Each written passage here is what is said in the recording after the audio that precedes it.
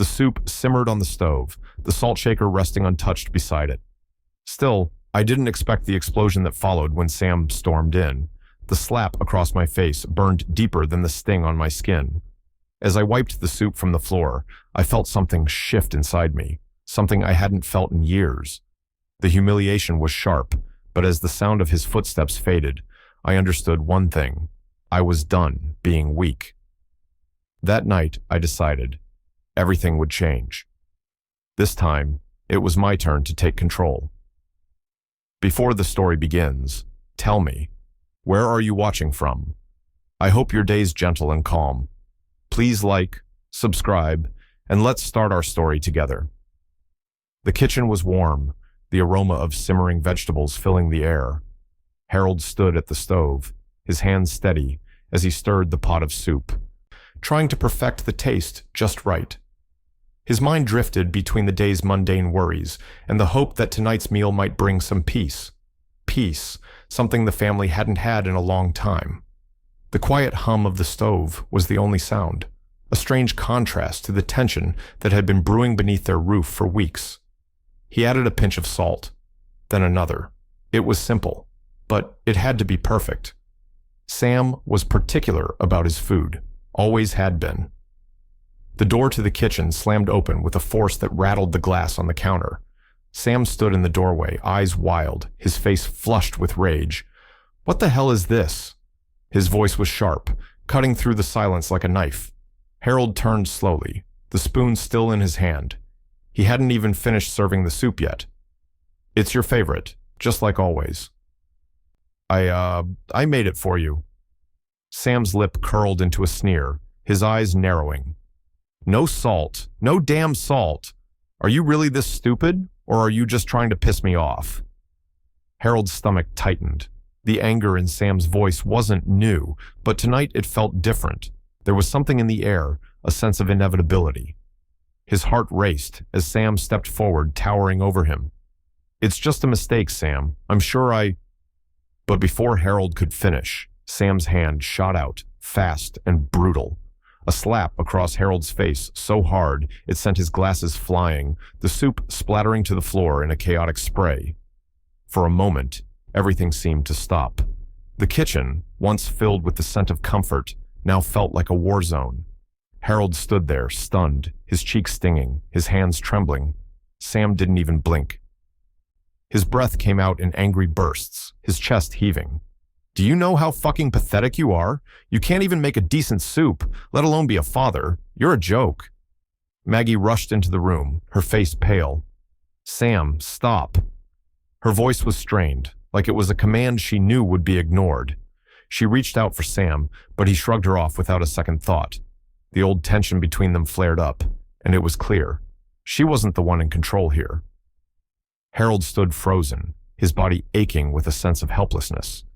He felt the sting of the slap deep in his bones, but it wasn't the physical pain that rattled him. It was the shame, the humiliation of standing in his own kitchen, his own home, and taking the brunt of his son's rage. He should say something. He should fight back. But the words never came.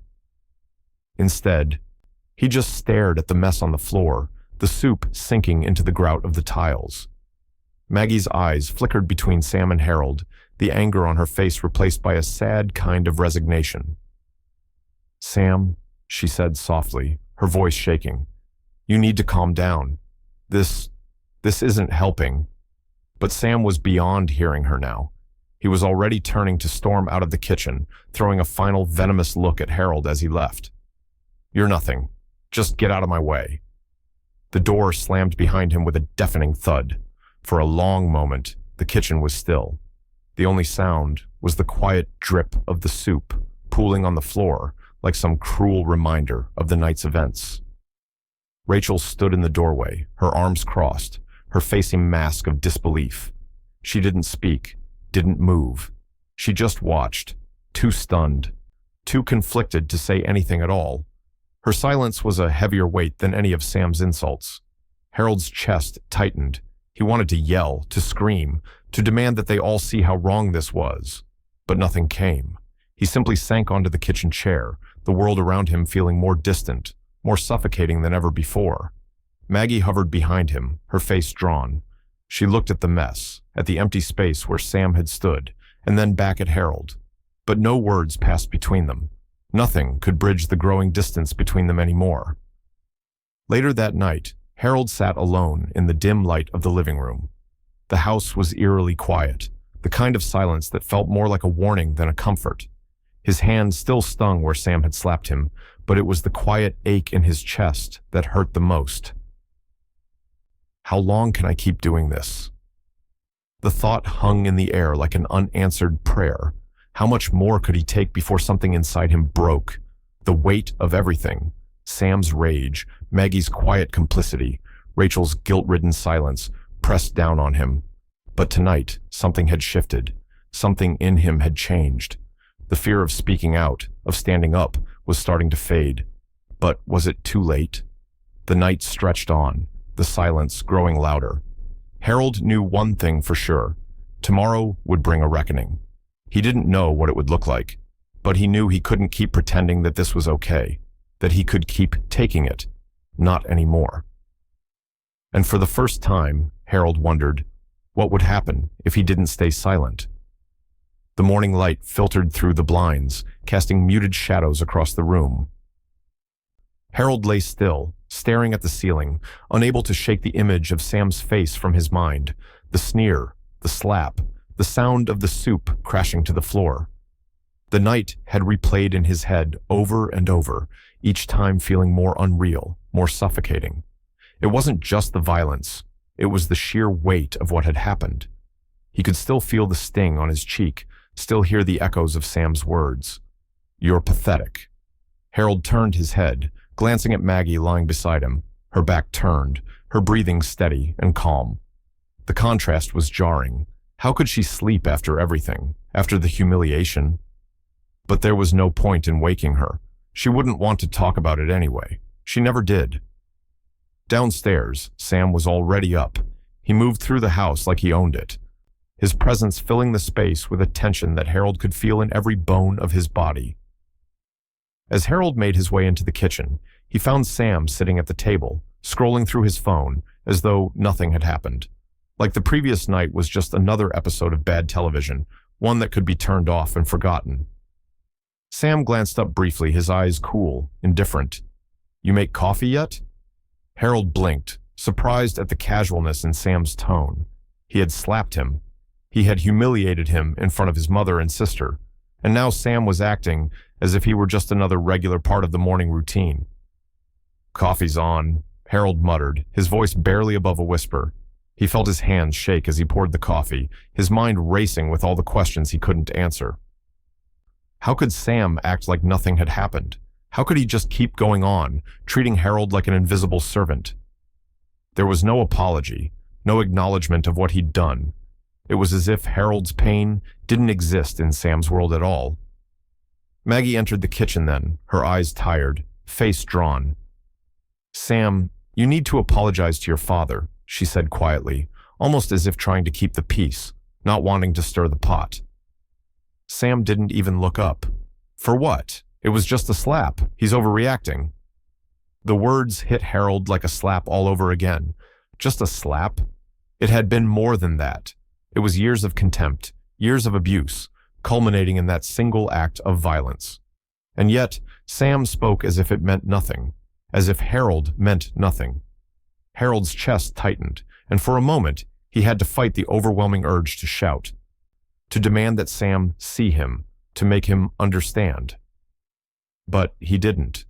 He stayed silent, watching the back of his son, willing himself to not break. Maggie sighed, her shoulders sagging.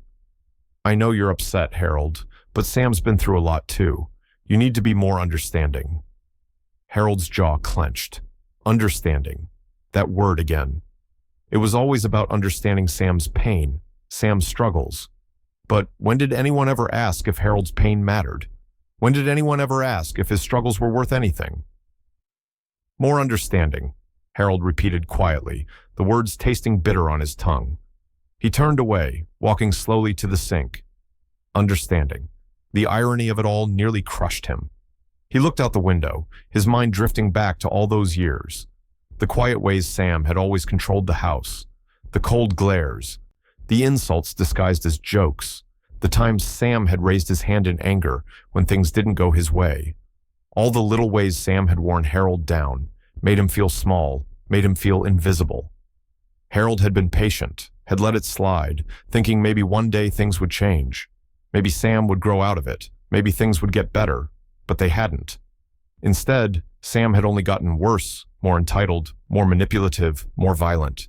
And Harold had let it happen. He'd allowed himself to be the punching bag for so long, always swallowing his pride, always trying to keep the peace. But last night had been the breaking point. Rachel stepped into the kitchen, her eyes searching the room.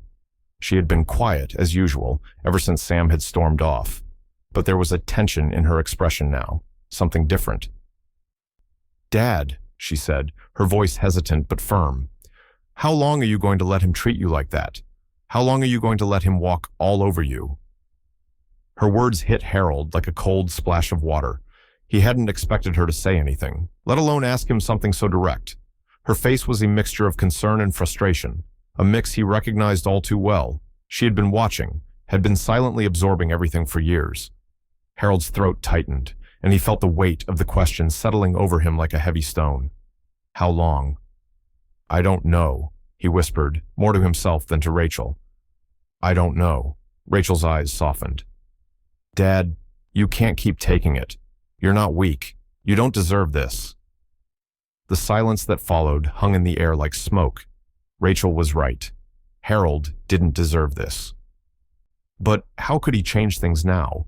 How could he finally stand up after all these years of being crushed under Sam's control? That's when Harold realized it. A decision, small yet powerful, began to take root inside him. It was quiet at first, a whisper in his mind, but it was there. He couldn't keep living like this. He couldn't keep swallowing his pride, couldn't keep tolerating the abuse. Something needed to change. He was done being silent, done being the victim. A plan was forming in his mind, a way out, a way to break free. It wouldn't be easy. It wouldn't be clean. But it would be the first step toward reclaiming his life. As the coffee brewed, the heavy silence settled once more. And for the first time in years, Harold felt a flicker of hope, a faint, fragile spark that might just grow into something stronger. Something that could finally change everything. But Sam would not go down without a fight. The house was quiet in the morning, the kind of silence that only grew more deafening as the day stretched on. Harold sat at the kitchen table, his hands gripping a cup of coffee, though it was cold by now. His eyes were fixed on the bank statement in front of him, a column of numbers he had been avoiding for years. For the first time, he wasn't just glancing at them. He was studying, calculating.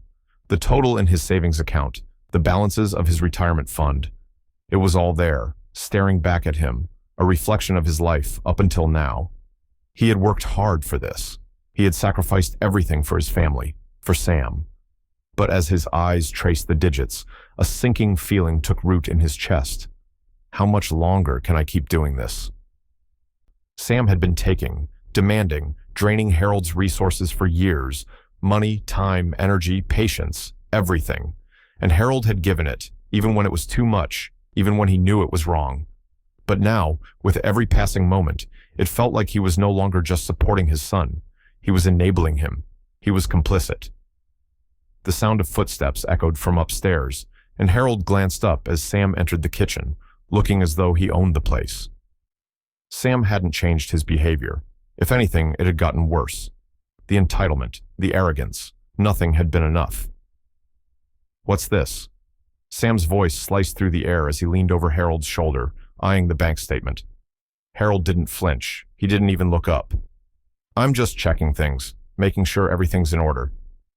"Making sure everything's in order? You know what I need.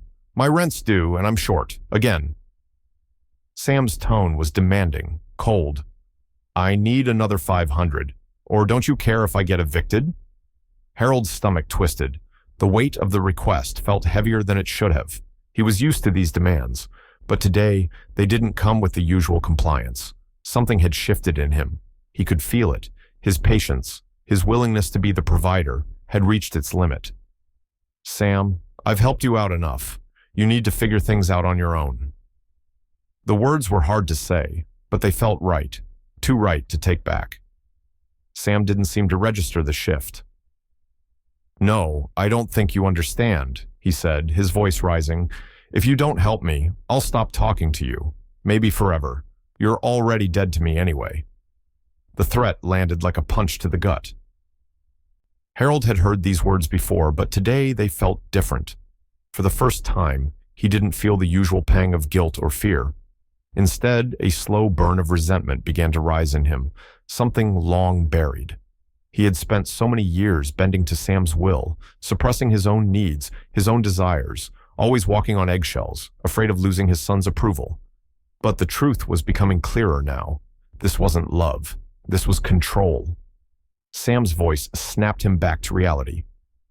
"Well, what's it gonna be, old man?" Harold stood up slowly, feeling the weight of the decision in his bones. "No more, Sam," he said, his voice steady even. "I can't keep doing this for you." Sam stared at him, disbelief flashing in his eyes. For a moment, it was as if the world had paused. The kitchen, once a place of simple family meals, now felt like a battleground. "You're cutting me off?" Sam hissed. "You'd really do that to your own son?" Harold didn't answer. He didn't need to. The decision was made. But the silence between them spoke volumes, and it echoed in Harold's mind long after Sam had stormed out of the room. Later that afternoon, as the house settled into its quiet rhythm, Harold found himself pacing the living room, his thoughts in turmoil. He could feel the emotional weight pressing down on him, the years of silent sacrifice, the years of enabling Sam's behavior. He had been a spectator in his own life, a pawn in Sam's game. Rachel, ever perceptive, had been watching from the sidelines. She knew something had changed in her father. She could see it in the way he carried himself now, the tension in his shoulders, the way he held his head a little higher. "You did it, didn't you?" she said softly, breaking the silence as she sat across from him. Harold didn't look up. "I don't know. I think I finally said no." Rachel's voice was full of quiet pride, but also caution. "It's about time, Dad. But are you sure? You've let him get away with it for so long." Harold felt the weight of her words, but he was still uncertain. "I don't know, Rachel. I just know I can't keep living like this." As evening approached, Harold decided it was time to take the next step. He made an appointment with Dr. Lisa Cooper, a therapist he had been avoiding for years. He wasn't sure why he had put it off for so long. Maybe he was afraid of what he'd find. Maybe he was afraid of what he'd have to confront about himself. Dr. Cooper's office smelled faintly of lavender, the kind of place where you're supposed to feel safe, relaxed. But Harold felt anything but. He sat down in the chair, his hands clenched in his lap. "Harold," Dr. Cooper said gently, after the usual pleasantries, "what's brought you here today?" Harold hesitated, his throat tightening. "I don't know. I've been letting my son control my life for years. I don't know how to stop." Dr. Cooper's gaze was steady, her voice calm. "You start by realizing that you do have control. And once you acknowledge that, you take the steps to reclaim your life. This is your life, Harold, not his." The words hit him harder than he expected. He hadn't realized how badly he needed to hear them. As Harold left her office, something inside him shifted. He knew the road ahead wouldn't be easy, but he also knew, deep down, that he couldn't keep enabling Sam. Not anymore. The path forward was uncertain, but one thing was clear. Harold was done being a victim in his own life. The weight of Harold's decision settled on him like a heavy cloak. The quiet click of the keyboard echoed through the dimly lit study as he transferred a portion of his savings into a new account. It wasn't much, but it was enough to give him some breathing room, enough to feel like he had something of his own, something no one else could touch. His hand hovered over the final confirmation button. For a moment, he hesitated, the screen before him flickering with the cold, impersonal data of his life. His work, his years of sacrifice, his unspoken dreams. He had always shared everything with Maggie, with Sam. Shared it all, even when it wasn't asked for, even when it wasn't appreciated. But now, for the first time, he was doing something for himself. something that didn't belong to anyone else, just a little bit of security. The transfer went through with a soft beep. Harold exhaled slowly, as if he had just crossed a line, one he could never uncross. There was no going back now. He could feel the walls of his world shifting around him, the tension that had been building for so long finally giving way to something new. Later that day, Sam stormed into the kitchen, his presence as forceful as always. The house seemed to shrink whenever he entered, as if the very walls were trying to shrink away from his anger. Harold was at the counter, trying to ignore the pit in his stomach, but Sam's voice cut through the quiet. "You've been holding out on me, huh?" Sam's words were laced with venom. "I know you have more than you're letting on. I saw the bank account. There's money there. Money that's mine." Harold's stomach dropped. It was as if Sam could sense the shift in him, the quiet rebellion that had taken root. He couldn't let Sam see the truth, that he had been making plans, taking steps, pulling back from the constant stream of requests that had been drowning him for years. "I've been putting money aside for emergencies," Harold said evenly, trying to keep his voice steady. "I'm not giving you anything else, Sam. You need to figure things out for yourself." Sam's eyes narrowed, his jaw tightening with frustration. "I'm your son, Harold. You don't get to just cut me off like this. What the hell is wrong with you?" He stepped closer, his body language threatening, his anger rising. "If you don't give me what I need, I'll make your life hell. I'll make sure you regret this." Harold felt a familiar tightening in his chest, the same crushing weight of Sam's anger, the same threat of violence that always seemed to hover just beneath the surface. For a moment, the years of fear, the years of allowing Sam to control him, came rushing back. But Harold stood his ground. He felt a flicker of strength. "No, Sam, it's over. You're not getting anything from me." The words were firm, and even though his pulse quickened, even though a part of him was afraid of what Sam might do, he didn't back down. This was a battle he needed to fight. Sam's eyes flashed with rage. "You think you can just pull away like that? You think I'll let you? Maggie entered the kitchen, just as Sam's voice started to escalate. She stood there for a beat, watching the exchange unfold. And Harold could see the familiar flicker of tension in her eyes. Her gaze shifted between him and Sam, and for a moment, Harold could see her hesitating, torn between the two of them, unsure of what to do, unsure of who to support. "Sam, stop," Maggie said quietly, her voice filled with a mix of frustration and fear. "You can't keep acting like this. Harold's right." Sam spun on her, his anger now fully focused on her. "You're his side now? You're really going to let him push me around? After everything I've done for this family? You're just going to stand there and let him do this?" Maggie's face flushed, but her voice remained steady. "Sam, you've been abusing this family for years. You can't keep pushing people away. You need help." But Sam wasn't listening. He turned and stormed out of the kitchen, leaving a heavy silence in his wake. The tension between them crackled in the air, leaving Harold feeling both exhausted and strangely liberated. He had stood up to Sam, finally. But now the real battle was about to begin. Later that night, Rachel sat with Harold in the dimly lit living room. She had been watching the exchange, her eyes filled with a mixture of relief and concern. "Dad," she said quietly, her voice soft, but full of determination. "You did it. You finally stood up to him." Harold's gaze met hers, but there was a weariness in his eyes. "I don't know, Rachel. It doesn't feel like enough." Rachel leaned forward, her expression earnest. "You've been carrying this weight for so long. It's time to take control. You're doing the right thing." Harold didn't answer immediately. His thoughts were still on Sam, on the storm brewing inside him. Sam's behavior had been escalating for months, and with each passing day, Harold could feel it getting harder to avoid a confrontation. That night, as he lay in bed, Harold couldn't shake the nagging feeling that the worst was yet to come. He had made the financial move, taken the first steps toward protecting himself, but Sam wouldn't back down. The tension between them was far from over, and Harold had a sinking feeling that the next confrontation would be the one that truly tested him. The front door creaked open, and Harold's heart sank. He didn't have to look up to know who it was. The stench of alcohol preceded Sam by several paces, a thick cloud that seemed to hang in the air even before he entered the living room. Harold was sitting in his favorite chair, the one that had been worn down from years of use, his hands resting on the arms as he tried to ignore the growing tightness in his chest. Sam stood in the doorway, swaying slightly, his face flushed and eyes glassy. "You think you're better than me now, old man?"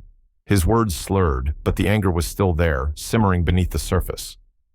"You think you can just pull your little financial stunt and I'm supposed to just take it? What the hell is wrong with you?" Harold's pulse quickened. He knew this conversation was coming, but he hadn't expected it to happen like this. Not when Sam was clearly drunk, not when the rage seemed to be bubbling just beneath his skin. Sam staggered forward, his breath sharp and acrid. "You're a coward, Dad," Sam spat, his voice thick with contempt. "Always hiding behind that little family facade.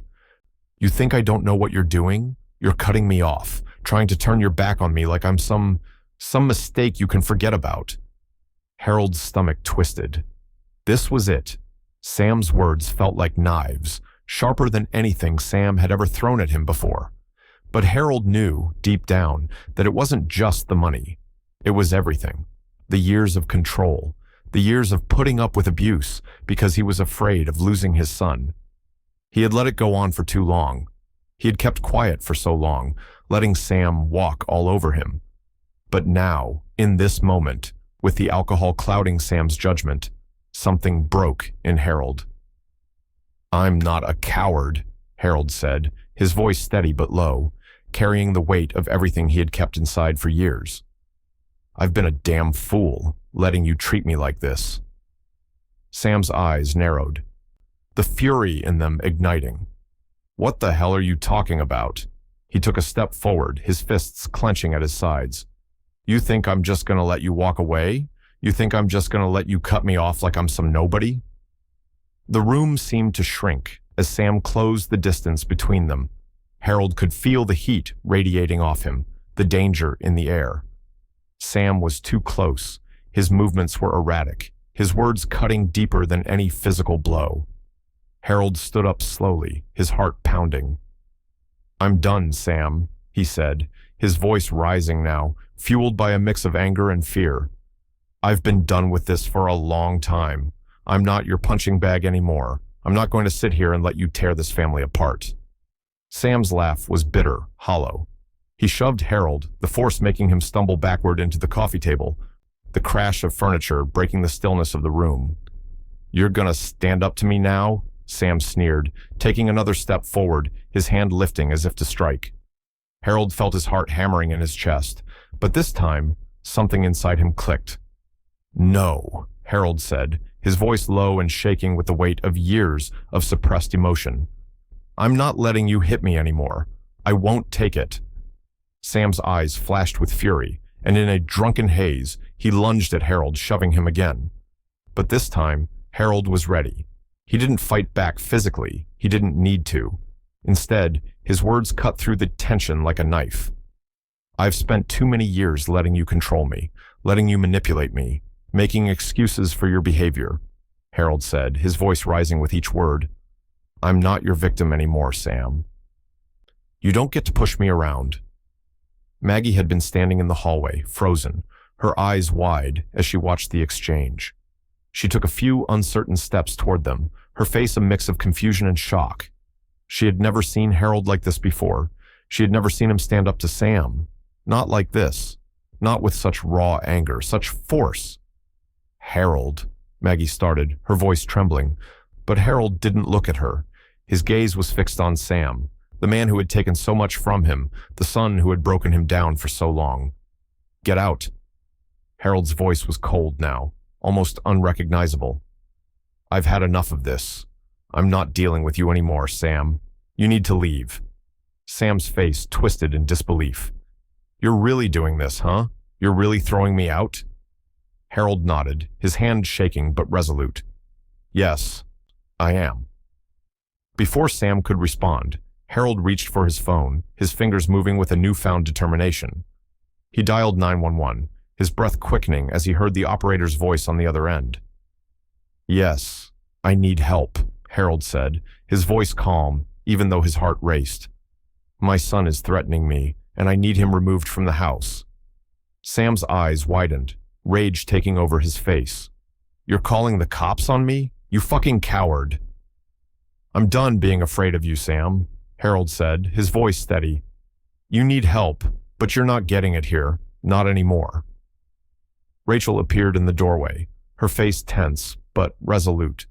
She stepped forward, standing next to Harold for the first time, her presence a silent but powerful act of defiance. You need to leave, Sam, Rachel said, her voice firm. Now. Sam's fists clenched, but the sound of sirens in the distance made him hesitate. He looked from Rachel to Harold, the defeat in his eyes slowly sinking in. He knew the game was over. When the police arrived moments later, Sam was arrested without further resistance. The cycle of abuse that had defined Harold's life for so long was finally over. The feeling of relief was immediate, but it was quickly replaced by the uncertainty of what came next.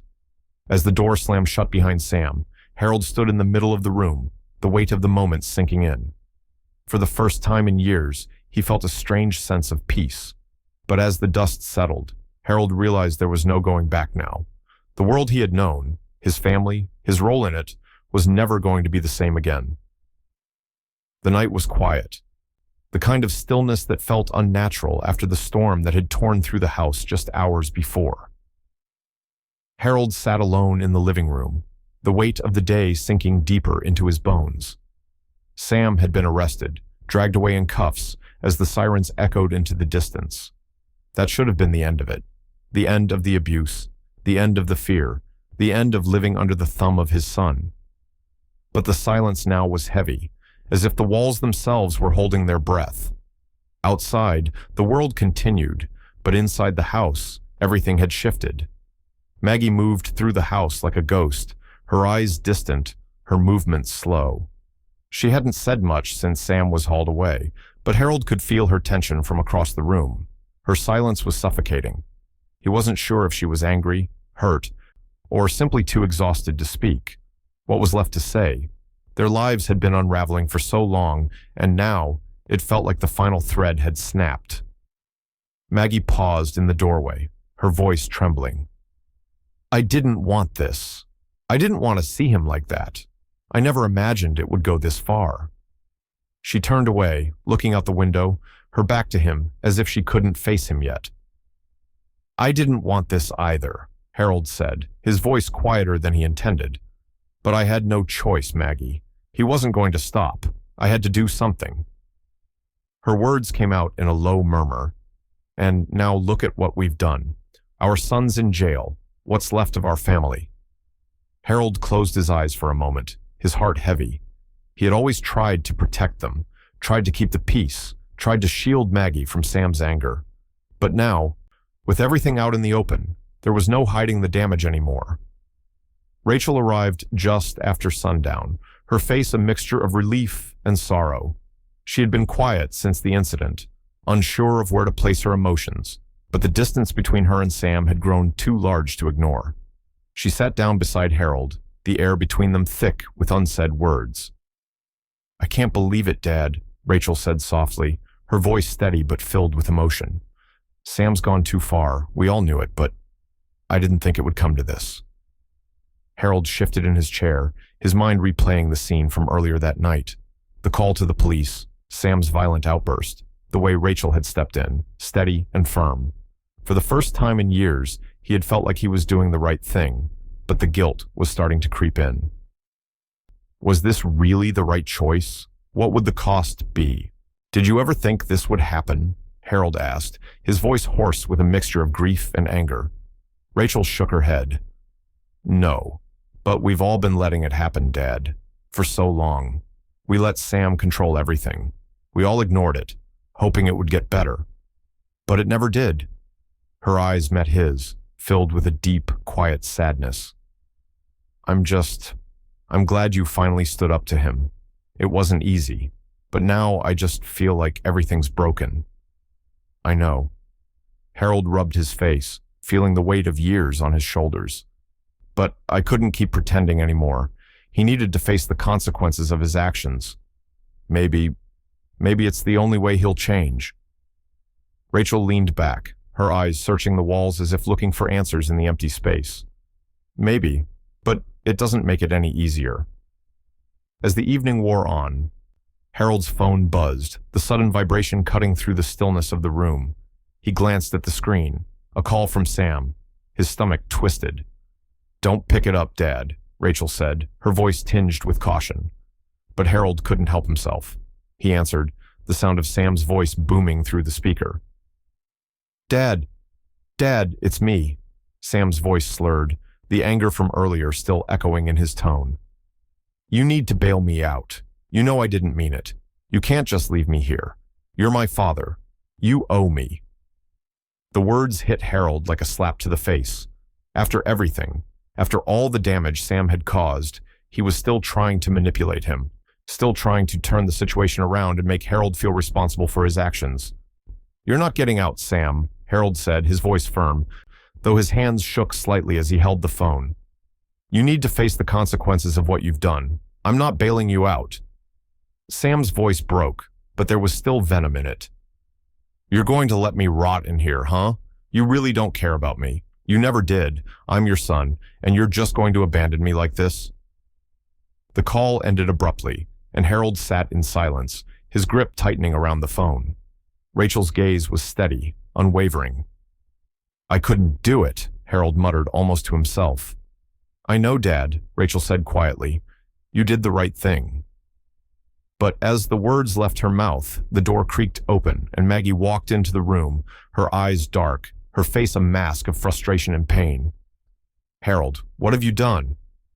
Maggie's voice was low but filled with a simmering anger. "You've destroyed our family. I don't know if I can look at you the same way after this." Harold felt the ground beneath him shift. "I had to do it, Maggie. I couldn't let him control us anymore. You have to see that." But Maggie shook her head, her hands trembling. "He's our son, Harold. You can't just throw him away like that." The tension in the room thickened, and for the first time, Harold realized how deep the divide had grown between them. He had made his choice, but now he was starting to understand the toll it was taking on everyone else. The house felt colder now, the weight of their broken family pressing down on him. The aftermath of the arrest, the fallout from Sam's actions. Harold wasn't sure if any of them would ever truly heal. And as the silence stretched on, Harold couldn't shake the feeling that this was just the beginning. The silence in the house felt heavier now. Sam's absence had created a void that seemed to stretch across every room. But the space he left wasn't just physical, it was emotional too. The air was thick with unspoken words, with tension that no one knew how to address. Every conversation seemed to loop back to the same point. Sam, his arrest, his trial, his actions. He was everywhere, even in the empty spaces. Harold sat in his favorite chair, his hands clasped together tightly. The weight of everything, the decision to call the police, the fight with Maggie, the growing distance between them, was beginning to feel unbearable. He had done what he thought was necessary, what he had to do. But now, with Sam in jail and his life in a shambles, Harold wasn't so sure. Every decision felt like it had fractured something deeper within the family, something he wasn't sure could ever be repaired. Maggie moved through the house, her movements slow, hesitant. She hadn't said much since the arrest, but her eyes were always on Harold, filled with questions, doubts. She hadn't been able to sleep. She hadn't been able to think straight. Her son was in jail, and her husband had made the decision that led to it. Where did that leave her? She had always tried to balance between supporting Harold and protecting Sam, but now she felt as though she was being torn in two, her loyalties pulling her in opposite directions. Harold watched her, feeling the quiet distance between them widening with every passing day. He had done what he thought was best for the family, but now, as he saw the pain in Maggie's eyes, he began to wonder if he had been wrong. "I don't know what to do." "Harold," Maggie said one evening, her voice barely above a whisper, "I feel like I'm losing everything. Sam, he's my son, but you're my husband. I don't know who to support anymore." Her words hit him like a slap, sharp and unexpected. He wanted to respond, to tell her that he had made the right choice, that Sam needed to face the consequences of his actions. But the words felt hollow, and the anger he had felt just days ago began to dissipate, replaced by a quiet, growing sadness. "I did what I had to do," Harold said softly. "I couldn't let him control us anymore, Maggie. He's hurt us for so long, and I couldn't keep enabling him. You saw how it was. You saw what he did." Maggie shook her head, tears welling in her eyes. "I know, but he's still my son, and now he's sitting in jail. And I don't know if I can ever forgive myself for this, for letting it get to this point." The pain in her voice was unmistakable, and for a moment, Harold was at a loss for words. He had stood up to Sam, but now he felt the weight of the emotional cost. He had rebuilt his life without Sam's control, but the cost wasn't just his son. It was his wife, his marriage, his family. He had chosen peace, but peace seemed so far away now. Meanwhile, Rachel had been spending more time with Harold. She had always been the quiet observer, the one who stayed in the background as Sam's chaos dominated the family. But now, seeing her father so broken, seeing the truth of Sam's manipulation, Rachel had started to understand the full extent of what had been going on. She had witnessed it all, in her own way. But she had never fully understood the toll it had taken on Harold, the way Sam's behavior had twisted the family dynamic. "I see it now, Dad," Rachel said one evening, sitting down next to him. "I see how much Sam used us, how much he made us believe we were the problem. I know you didn't want to do this, but you had no choice. We were all stuck in his world, letting him control us." Harold nodded, the weight of her words sinking in. "I kept hoping it would get better, Rachel. I kept thinking that if I just tried harder, if I just gave him more, maybe he would change. But he never did." "I know," Rachel said, her voice steady but full of emotion. "You couldn't fix him. None of us could. But now it's like we're all picking up the pieces. And I think I understand why you had to do what you did." But even as Rachel began to understand, Maggie was still wrestling with her guilt. She hadn't given up on Sam, not entirely. There was a part of her that still believed he could change, that he deserved a second chance. But that part of her seemed to be shrinking, fading under the weight of everything. She reached out to a family counselor, unsure of what to do, unsure of whether she should side with Harold or give Sam a chance to redeem himself. The uncertainty was eating at her, leaving her more lost than ever. As the days passed and Sam's trial loomed closer, Harold couldn't help but wonder if he had truly done the right thing. He had broken free of Sam's control, but the price had been steep. Maggie's grief, Rachel's sadness, the deepening fracture in his marriage, it all weighed on him. And as much as he wanted to believe he was doing the right thing, Harold couldn't shake the feeling that the family he had known, the family he had tried so hard to protect, was slipping further and further away. The tension in the house was palpable. The discussions always came back to Sam, his actions, his trial, his future. Every conversation felt like a wound that couldn't heal. Harold found himself staring out the window, wondering if there would ever be a day when the pieces of his family could come back together. But deep down, he knew that it was going to take more than just time. It was going to take a choice about the kind of future he wanted, one where he continued to let Sam dictate their lives, or one where he finally chose peace, no matter the cost. The kitchen table was set for dinner, but Harold and Maggie sat across from each other, the space between them more than just physical. The air was thick, weighted by the silence that had followed them for weeks. Sam's arrest, the fallout from his actions, it had all pulled them into an emotional freefall. They had tried to have this conversation countless times, but each time it always spiraled back to the same topic: Sam, the damage he had done, the years of manipulation and violence. The question was no longer whether they could fix their son. It was whether they could fix themselves. Harold pushed his food around his plate, his appetite long gone. "Maggie," he said quietly, his voice rough with fatigue, "we need to talk about what comes next, about what happens after this trial, after everything that's happened."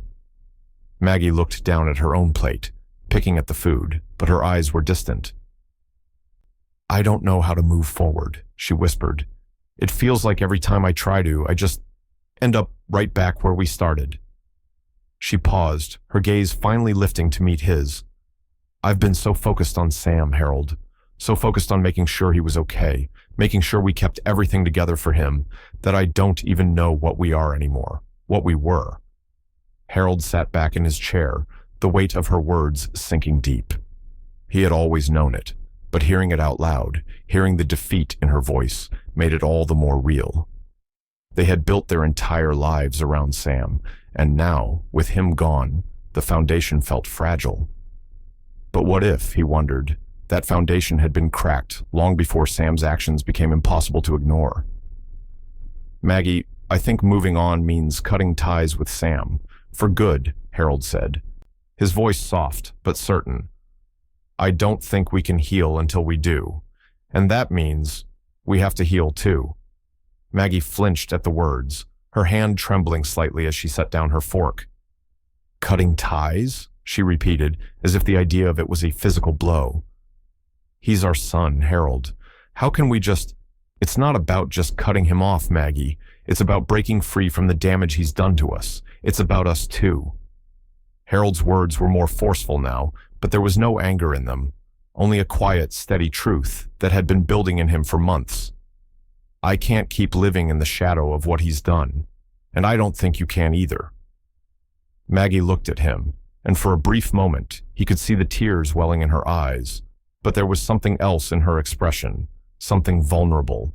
She was trying to understand him, trying to reconcile her love for Sam with the reality of what he had become, the reality of what they had allowed to happen. Rachel, who had been sitting silently at the kitchen counter, watching her parents, finally spoke. You both need to stop looking at him for once, she said, her voice calm but firm. You've been so focused on Sam, on what he did, that you're forgetting you. You're forgetting the people still here, the people who still matter. Harold turned to her, surprised by her sudden intervention. Rachel was always the quiet one, but her presence had become a steady anchor through this storm. He nodded slowly. You're right, Rachel.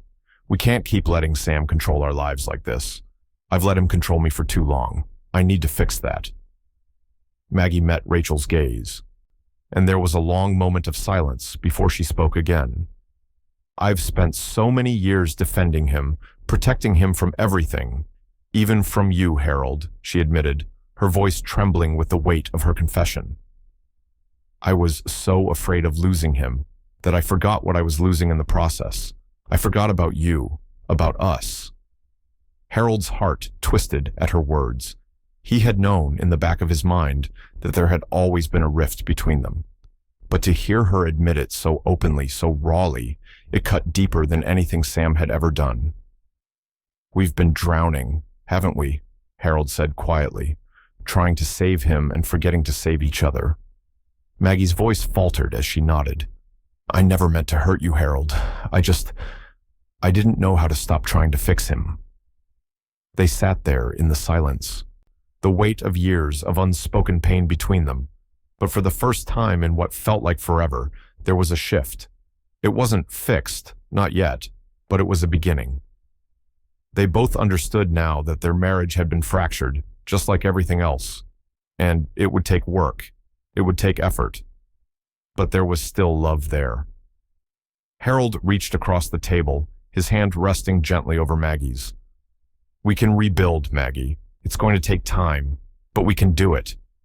Maggie looked down at his hand, then up at him, and for the first time, there was a glimmer of hope in her eyes.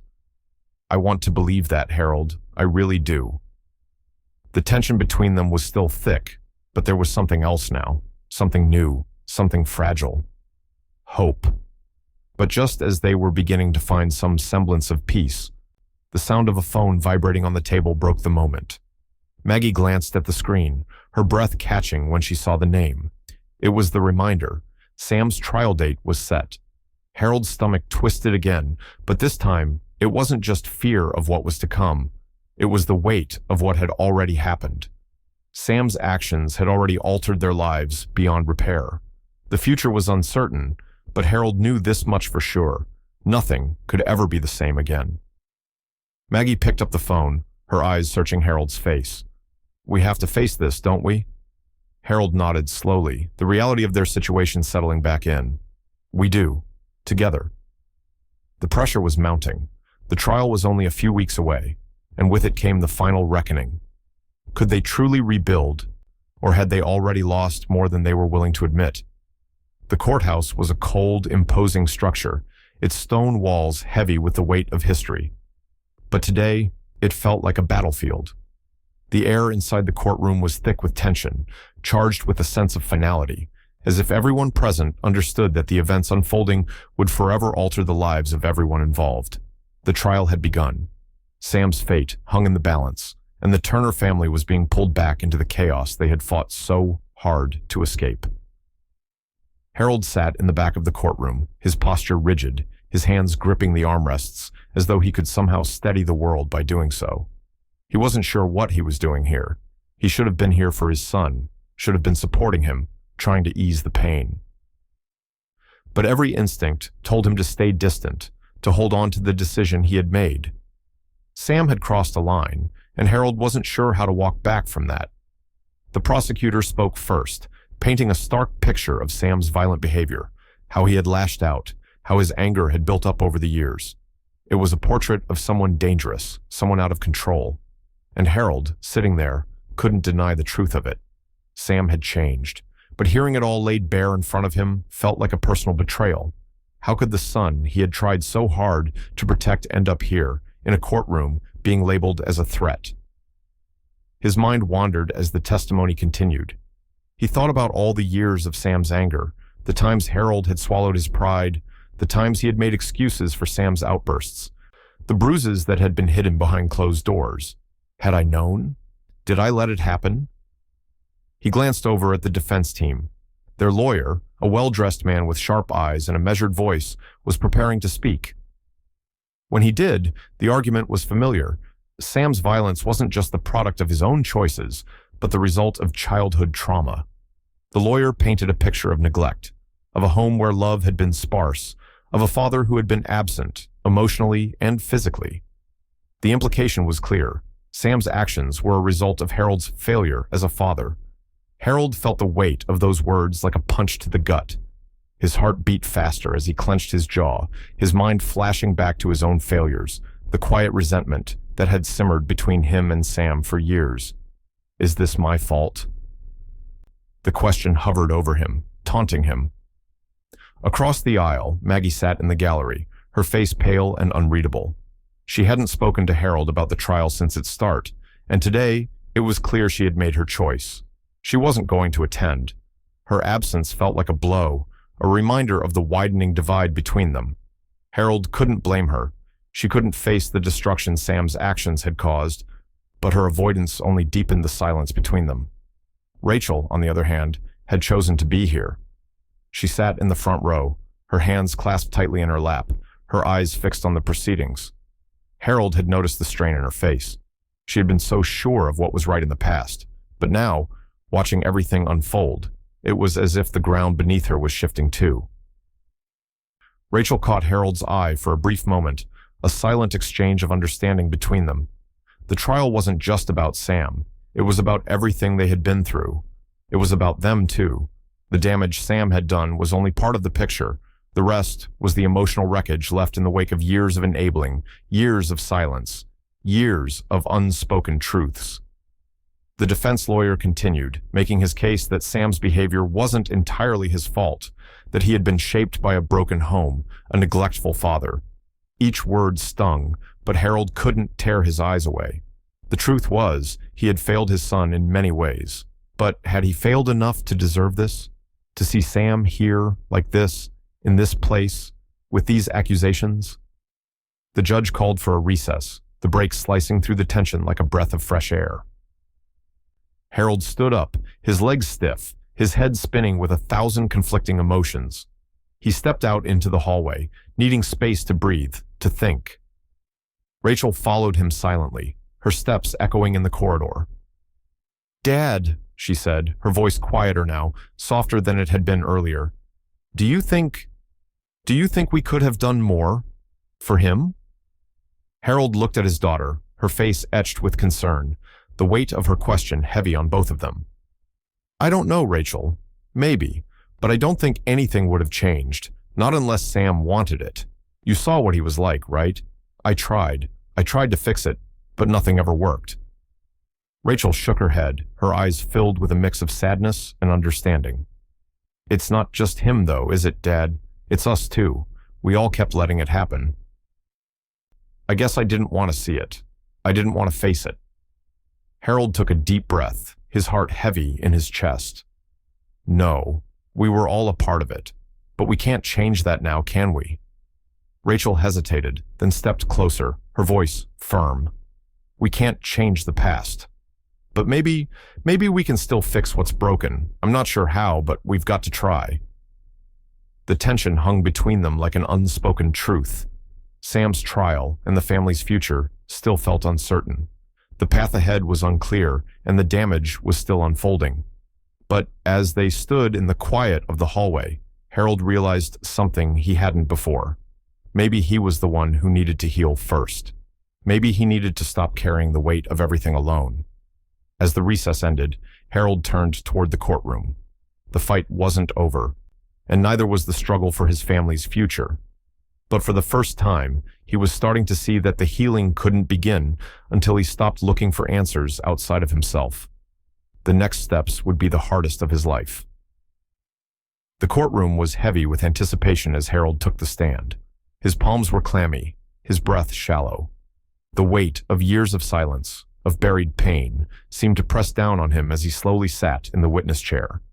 He had spent his life avoiding this moment, avoiding the truth, the rawness of it all. But today, there was no more hiding. Today, he would speak. The room was silent, save for the quiet rustling of papers. All eyes were on him, his family, the jury, the defense team, the prosecutor. But none of them had ever truly seen him before, not in the way he was about to reveal himself. This wasn't just about Sam. This wasn't just about the incident that had escalated into violence. This was about everything that had come before it. The years of manipulation, the years of feeling less than, of being controlled, of being invisible. Harold's voice cracked at first, as if the words were too big to fit through his throat. But then, as he spoke, they flowed. I've spent my entire life trying to be a good father, a good husband. I thought if I just kept giving, just kept trying, that things would get better. He paused, looking down at his hands. But they didn't. They only got worse. He cleared his throat, his voice steadier now. Sam's behavior, it didn't happen overnight. It built up, over time. Little by little, he took more, demanded more, until nothing was left. Not for me, not for Maggie, not for Rachel. For years, I let him manipulate me. I let him think that everything he wanted was more important than what I needed. I didn't just fail him. I failed myself. The words hung in the air, the gravity of them settling into the room. He could feel the eyes of the jury on him, but it wasn't the jury that he was speaking to now. It was Sam, the son who had made him question everything about himself. The son who had taken so much, who had used his family's love as leverage for his own selfishness. I thought if I kept quiet, kept making excuses for him, that things would get better, Harold continued, his voice gaining strength. But they didn't. They never did. And it wasn't just the anger. It was the manipulation, the emotional control, the threats. Every time I tried to stand up for myself, he made me feel like I was the one at fault. Like I was the one who wasn't doing enough. I didn't realize it then, but I was his victim. For years, I was a victim in my own home. The courtroom was silent, the weight of his words sinking into the hearts of everyone present. For the first time, Harold could feel the relief of finally speaking his truth. The shame, the guilt, the years of pretending. All of it was starting to lift, just a little. But the relief was bittersweet. The damage had been done. His family, his marriage, everything had been tested, stretched to the breaking point. And now, the truth could never be undone. Meanwhile, at home, Maggie sat alone in the living room, her eyes fixed on the television. She had chosen not to attend the trial, unable to face the chaos and destruction that Sam's actions had caused. But now, as she watched Harold on the screen, she felt a knot in her stomach. His words hit her like a tidal wave. Everything he said, everything he had been through. It was the truth she had avoided for so long. The truth she hadn't wanted to hear. Her heart ached for Sam, for what he had become. But there was no denying what Harold was saying. Sam had crossed a line that couldn't be undone.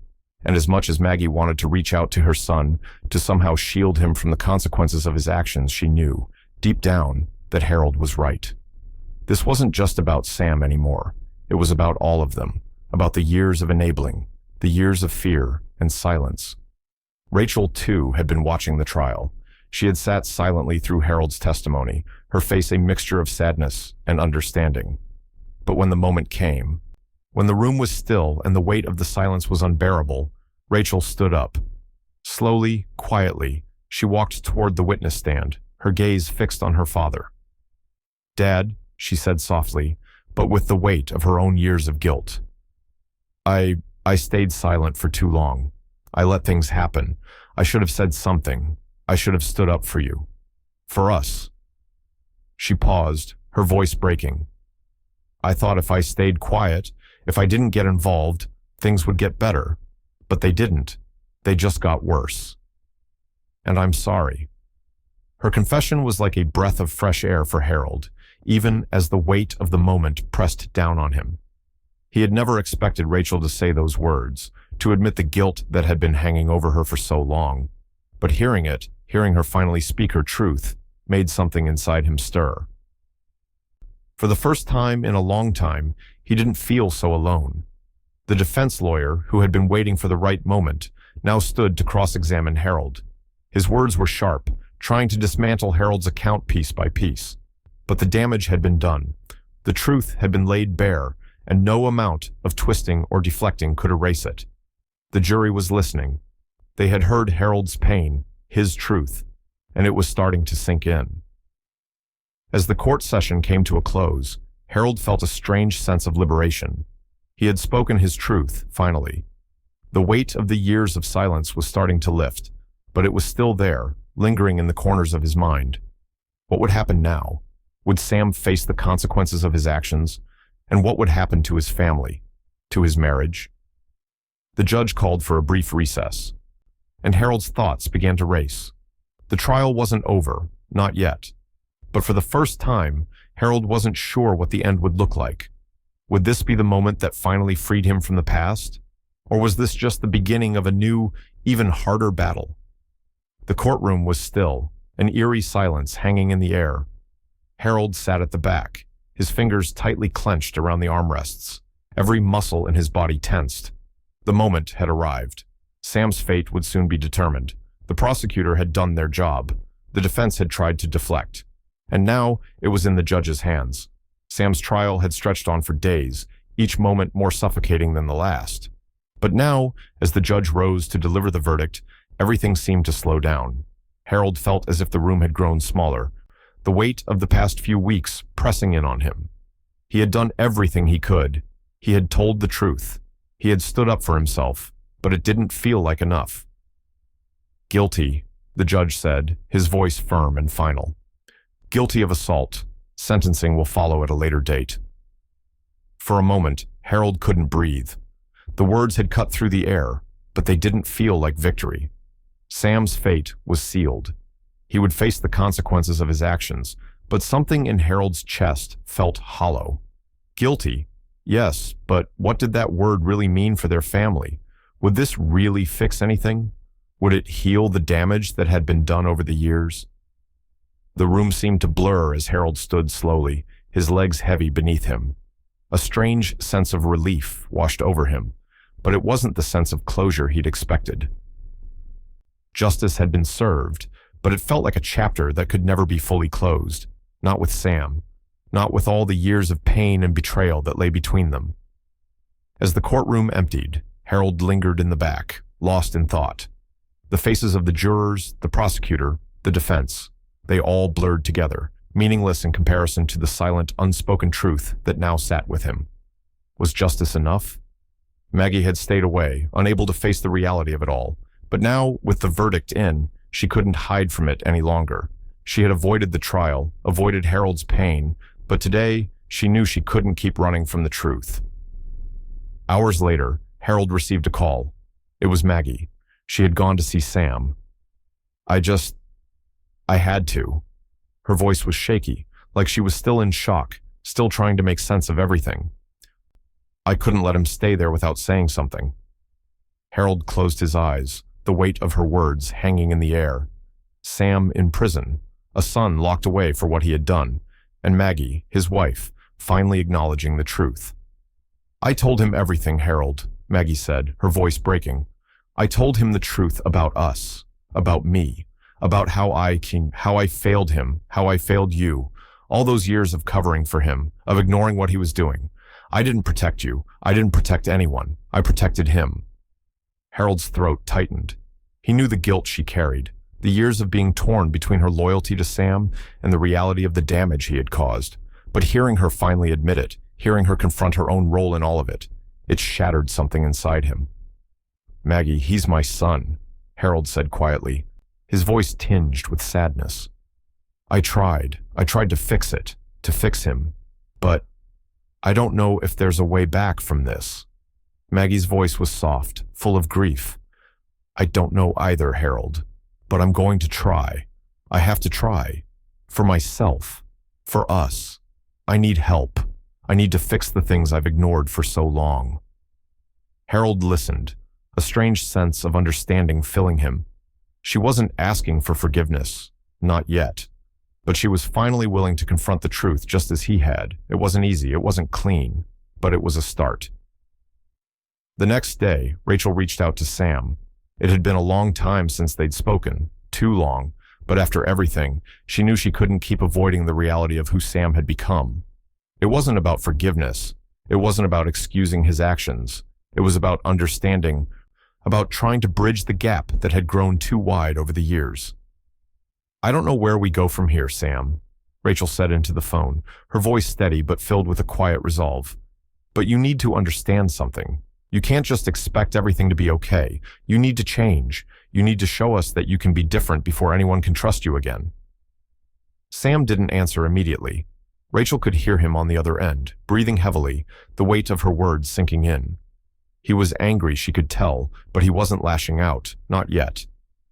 I'm trying, Sam finally said, his voice small, almost vulnerable. I don't know how, but I'm trying. Rachel felt a pang of something she couldn't quite name. Guilt, hope, maybe both. Could he change? Could Sam find redemption, or had too much damage been done? She didn't know, but she couldn't deny that she had taken the first step. She had spoken her truth. Now, the road ahead was unclear.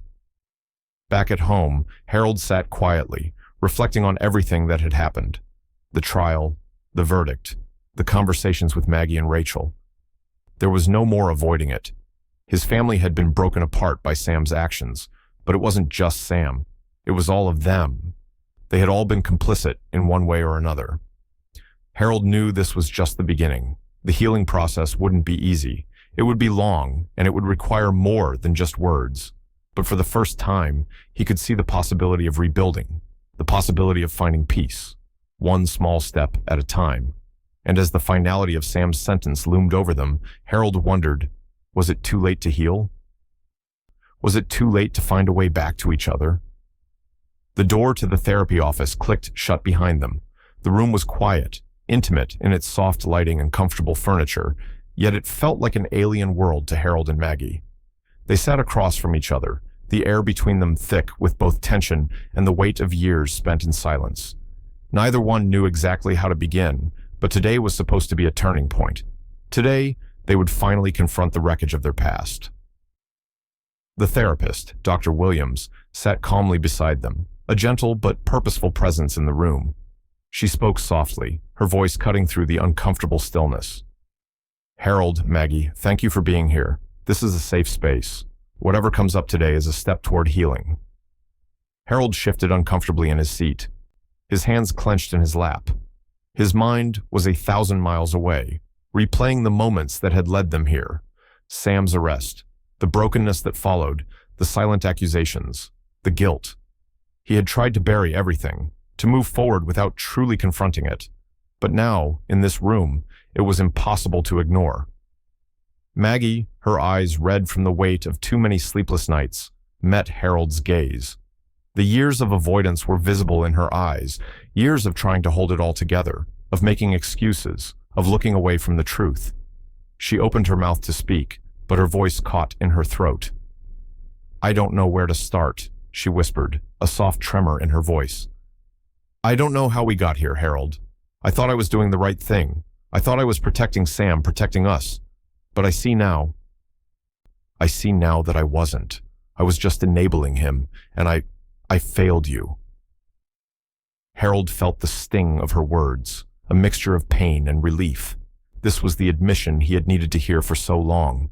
But even now, hearing her voice crack with guilt, he struggled to swallow the anger that had been festering inside him for years. Anger at Sam, anger at Maggie, anger at himself. "Sam didn't need protection, Maggie. He needed accountability," Harold said, his voice low but firm. "And I needed you to see that. But you never did. You never saw how much I was breaking inside. I let him control us for so long, and I let you keep ignoring it." Maggie looked down, her hands shaking in her lap. "I never wanted to hurt you, Harold. I couldn't face it. I couldn't face what was happening. I thought if I just kept trying, if I just kept loving him, it would get better. I was wrong." Harold's heart softened, just a little. "We were both wrong, Maggie. We can't change the past. But maybe, just maybe, we can change how we move forward." The words hung in the air, fragile and uncertain. But Harold was beginning to see it clearly. This wasn't about fixing what had been broken. It was about reclaiming control over his own life, over the choices he still had left to make. He had spent too many years letting the past define him, letting Sam's behavior dictate his every action. He couldn't keep doing that. Across the room, Rachel sat quietly, her gaze intense as she absorbed the conversation. Over the last few months, she had started speaking out more about the importance of mental health and the toll family dysfunction had taken on their lives. She had witnessed the chaos firsthand, but hadn't known how to help. Now, seeing her parents in therapy, she realized how much of her own silence had contributed to the web of brokenness. "I've been silent for too long," Rachel said quietly, breaking the tension. "I should have said something. I should have spoken up sooner, not just about Sam, but about all of us. I've been trying to fix things on my own, thinking it was up to me to make it better. But it's not. It's about all of us, together. And we can't move forward if we keep pretending like everything's fine." Harold glanced over at her, a quiet appreciation for her words settling into his chest. It wasn't easy to face the truth, especially when that truth hurt so much. But hearing Rachel speak up, hearing her finally acknowledge the damage done, was like another weight lifting off his shoulders. Later at home, Harold found himself lost in thought, his mind racing with the realization of how far he had come. Sam's future, the trial, the family. The last few months had been an emotional roller coaster, and through it all, Harold had been clinging to a version of his life that no longer fit. But there was something else, too, something deeper. The realization that holding on to his anger and resentment towards Sam wasn't serving him. It wasn't serving anyone. He had been angry for so long, angry at Sam for what he had done to their family, angry at Maggie for not seeing it sooner, angry at himself for not standing up sooner. But anger wouldn't heal him. Forgiveness might. That night, as Harold and Maggie sat together on the couch, the quiet of the evening settling around them, Harold spoke. "Maggie, I think I'm ready to forgive Sam, not for his sake, but for mine. I need to let go of the anger, of everything. It's not about him anymore. It's about me finding peace." Maggie turned to him, her eyes filled with a mix of sadness and relief. "Do you think you can? Do you think you can really forgive him?" "I don't know," Harold admitted, "but I have to try. For myself." The silence between them was no longer filled with bitterness. It was filled with something else, something fragile, but real. Hope. As Harold stepped out the door the next morning, a soft breeze brushing against his face, he realized he was stepping into the future with a new sense of freedom. He could never undo the past, but he could choose peace now. He could choose how to move forward, how to rebuild. And that, for the first time in a long time, felt like enough. The house was quieter than it had been in a long time. The sounds of the Turner family, Arguments, laughter, chaos had slowly faded into something softer. The weight that had hung over them for so long, the unsaid words, the unresolved pain, was beginning to shift. It had been months since they started therapy, months since the final break had come, since the trial and its aftermath. But now, for the first time in what felt like forever, they were starting to heal. Harold sat at the kitchen table, the morning light pouring through the windows, casting a warm glow on everything around him. He looked across the table at Maggie and Rachel, both of them sitting quietly, their expressions more peaceful than he had ever seen them. There was still an edge to the silence, an unspoken awareness of everything that had happened. But today, it was different. Today, it felt like they were finally starting to understand each other. "We've never really done this, have we?" Harold said, his voice low, a mixture of relief and sorrow. "We've never really sat down, talked like a family." Maggie met his gaze, her expression soft, but full of understanding. She nodded slowly, as if acknowledging the years that had slipped away. "I didn't know how to talk about it all before. The anger, the hurt. I kept pretending it wasn't there." She paused, looking at Rachel. "But I'm learning. We're learning." Rachel smiled faintly, though it was tinged with the weight of her own reflections. "It's been a long road, hasn't it?" she said, her voice steady but filled with the emotion that had been building for months. "I didn't want to face the truth either, not about Sam, not about us." She looked down at her hands, fidgeting with the edges of her sleeve. "But it's starting to feel like maybe we can rebuild." Harold reached across the table, placing a hand on Rachel's. "We can rebuild, sweetheart. One step at a time. We can do this together." There was a long pause.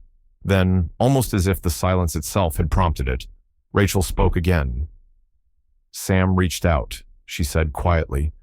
"He called last night." The words hung in the air like a storm cloud, waiting to break. Maggie stiffened at the mention of Sam. Harold's grip on the table tightened. Sam's name, after everything, still felt like a wound that never fully healed. "He's been working on himself," Rachel continued, her voice steady but hesitant. "He said he's changed, that he's looking at the things he's done, the choices he made. He wants to make amends." "But I don't know, Dad. I don't know if I can just forgive him." Harold's face hardened, a flicker of something old and familiar passing through his eyes. "Can we forgive him?" he asked, almost more to himself than anyone else. The question was a weight that seemed too heavy to lift.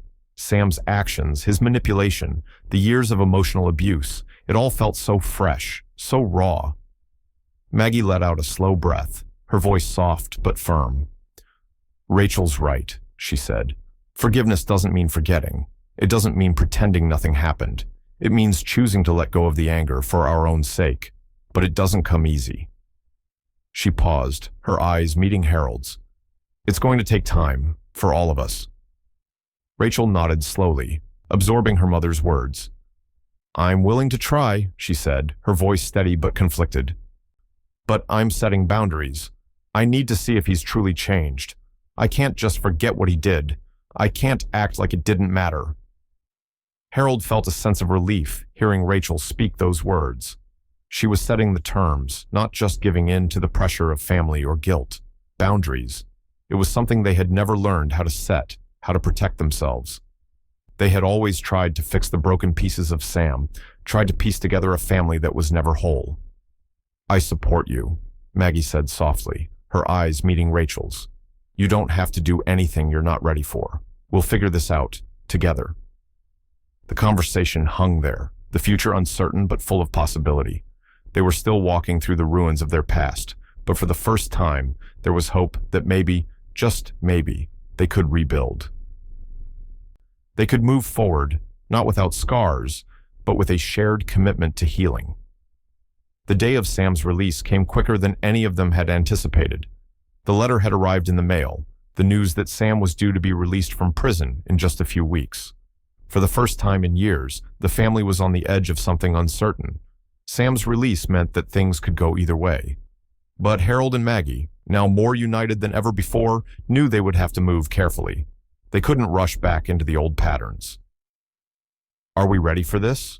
Harold asked, his voice full of quiet concern as he looked at Maggie. The weight of it all, Sam's return, the potential for old wounds to be reopened, felt heavy in the air. Maggie squeezed his hand, a soft but steady reassurance. We're ready, not because it's going to be easy, but because we've learned how to handle it differently now. We've learned how to protect ourselves. We've learned how to protect each other. Rachel, sitting quietly by the window, looked out into the distance. It won't be easy, but it has to be done. We have to give him a chance, but we also have to give ourselves a chance. Harold nodded, feeling the weight of the decision settling in his chest. They had made it this far. It hadn't been easy, and it wasn't going to get easier. But now, more than ever, they had the chance to rebuild, to move forward. They couldn't erase the past, but they could shape the future. As the door opened to a new chapter, Harold took a deep breath, a small, fragile sense of hope beginning to take root. The past was still there, lingering in the shadows, but maybe, just maybe, the future could be different. The morning Sam was released from prison, the Turner household felt heavy with anticipation. The quiet of the house was almost suffocating. The soft hum of the refrigerator the only sound. Harold sat at the kitchen table, his hands wrapped tightly around a mug of coffee, the steam rising in gentle swirls, but his mind was elsewhere. Maggie stood by the window, gazing out at the street. Her eyes were distant, a cloud of uncertainty hanging over her. The man they had once known, the son they had loved, the son who had torn them apart, was coming home. But nothing felt certain. Nothing felt safe. We have to do this, Harold, Maggie said quietly, breaking the silence. We have to give him a chance. It's the only way forward. Harold didn't respond right away. He had heard those words before. We have to give him a chance. But how many chances had they given Sam before? How many times had they overlooked the warning signs, ignored the manipulation, the violence, because they hoped things would change? He looked at Maggie, the woman he had once promised to protect, and felt the weight of their shared history press down on him. I don't know if I can trust him again, Maggie, Harold finally said, his voice hoarse with the exhaustion of everything they had been through. I want to, but after everything that's happened, how can I? Maggie turned to him, her eyes filled with an understanding that only years of shared pain could bring. I don't know either, Harold, but we have to try. For us. For him. The doorbell rang, sharp and sudden, and a shiver ran through Harold's spine. It's time. Sam was home. Hours later, Rachel stood by the door, her hand resting on the doorknob. She had made the decision to visit Sam, but it was a decision that came with boundaries. She wasn't going to rush in, pretending that everything was fine. No, things couldn't be fine. Not yet. Her heart was heavy as she took a deep breath and pushed the door open, walking into the house where so many memories lived. Sam was sitting on the couch, his face a mixture of relief and something else. Shame, maybe. He had changed. There was no doubt about it. He was sober. He was going to therapy. He had been working on himself. But the years of hurt, the years of broken promises, were still there. They couldn't be erased with a few months of good behavior. I came because I need to see for myself, Rachel said, her voice steady but filled with uncertainty. But I'm not going to forgive you just because you're sorry. Not yet. I need to see if you've really changed. Sam's face softened, the weight of her words landing on him. I understand, he said quietly, his voice raw. I don't expect forgiveness right away, but I am sorry. For everything. For what I did to this family. For what I did to you. Rachel's heart clenched, but she stood firm. You can't just say sorry, Sam. You have to prove it. You have to show that you're not the same person who destroyed our family. Sam nodded, his eyes filled with a sincerity Rachel hadn't seen before. I will. I'm going to prove it. I know it won't be easy, but I'm trying. Back at home, Harold stood in the kitchen, watching as Maggie prepared dinner. The air was heavy, the tension still lingering like a fog in the room. He had been waiting for this moment for so long. The moment when Sam came home, when they would try to rebuild what had been broken. But now that it was here, it felt different. There was still something missing, something unfinished. Maggie, Harold said, his voice quieter than usual. Do you really think he's changed? Maggie looked at him, her eyes softening with the weight of the question. I don't know, Harold, but I want to believe him. I have to. For us. The silence that followed was deafening. It was clear that the road ahead would be long. Trust couldn't be restored overnight.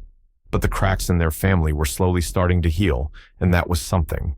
Sam's presence in the house felt like a weight, but there was a certain tenderness to it. He was trying. They were all trying. And for the first time in months, Harold allowed himself to believe that maybe, just maybe, there could be a future where the past didn't hold them hostage. The following week, Harold spent more time with Rachel, the two of them trying to navigate the new dynamic that was taking shape. It wasn't easy. The old patterns, the old ways of avoiding the truth, were still there, but they were talking now, really talking, in a way they hadn't in years. Harold found himself confiding in Rachel in ways he hadn't even realized he needed to. You've changed, Dad, Rachel said one evening, her voice softer than usual. You're not the same person who let Sam control everything. You've learned to stand up for yourself. You're not just surviving anymore. Harold smiled faintly, the weight of her words settling in. I guess I'm finally living, he said, his voice thick with emotion. It's not easy, it's still hard, but we're getting there. As Sam's release date approached, Harold and Maggie found themselves cautiously optimistic. They weren't sure what the future held, but for the first time, they had hope. Hope that the family they once thought was beyond repair could be rebuilt, piece by piece. Trust would take time. Healing would take time. But as they sat together, sharing a quiet dinner, a strange sense of peace filled the room. It wasn't perfect, but they were still here, and that, in itself, felt like a victory. The family's journey was far from over. As they moved forward, they understood now that healing wasn't a destination, it was a process. But as Sam slowly stepped back into their lives, and they stepped into a new beginning, the Turners knew they had finally taken the hardest step, the first step toward real change. And for the first time in years, that was enough. It had been weeks since Sam's release from prison, and while the atmosphere in the house had shifted from tense to cautiously hopeful, the road to redemption still felt long. Sam was working hard to prove that he had changed. Therapy, sobriety, small, deliberate steps to rebuild the relationships that had once seemed beyond repair. But for Harold, the question always lingered. How long would this last? Could Sam truly leave the anger, the violence behind, or was it only a matter of time before it reared its ugly head again? The answer came unexpectedly one Saturday afternoon when Sam encountered a stranger in the grocery store parking lot. Harold had dropped Maggie off at the store and was waiting in the car, his eyes scanning the parking lot, when he noticed Sam talking to a man, a stranger, who seemed to be getting agitated. Sam's body language shifted, his stance wide and defensive. Harold's pulse quickened. He could see it all happening in real time, the slow build of tension, the potential for violence. Harold leaned forward in the car, his eyes fixed on Sam. He didn't want to intervene, didn't want to distract Sam from handling things on his own, but the old reflexes kicked in. Would he hit him? Would he shout? The stranger's voice rose, a sharp, angry bark, something about a parking space, a careless comment, a misstep that Sam had accidentally made. It was all so minor, but in Sam's world, in his past, these things had escalated into violence. Harold's breath caught in his throat. He watched closely, eyes scanning Sam's face. Would he explode? Sam stood there, his fists clenched at his sides, his jaw tight. Harold's heart pounded in his chest. He felt the years of watching his son spiral out of control. The years of trying to hold everything together for the sake of the family. Please, don't do this, Sam. Then, something surprising happened.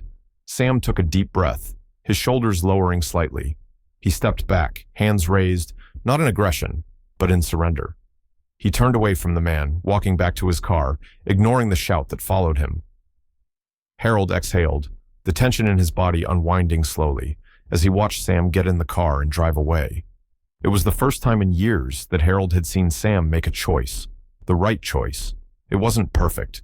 It didn't erase the past. But in that moment, Harold saw something that had been missing for so long: control, self-control. When Sam returned home later that day, Harold was quiet, watching him carefully. There was something almost fragile in the air between them now, a tentative respect that hadn't been there before. Maggie and Rachel, both cautiously optimistic, had noticed the shift too. But for Harold, the scars of the past were still too deep, the fear of relapse too real. One slip-up, he thought, one wrong move. "I saw what happened," Harold said, his voice measured. "You did well, Sam. You didn't escalate it." Sam looked down, his face unreadable for a moment. He had been expecting praise, expecting to hear that his efforts were enough. But there was no relief in Harold's voice, no congratulatory pat on the back. "I'm trying, Dad," Sam said, his voice almost pleading. "I really am. I know I can't change everything overnight, but I'm working on it." Maggie, sitting nearby, looked at Sam with a quiet, cautious smile. "We're proud of you, Sam. We know it's not easy, but we see the effort. We see you trying." Harold nodded, but his gaze remained steady. "Trying is the first step," he said, "but you're going to have to keep proving it, every day."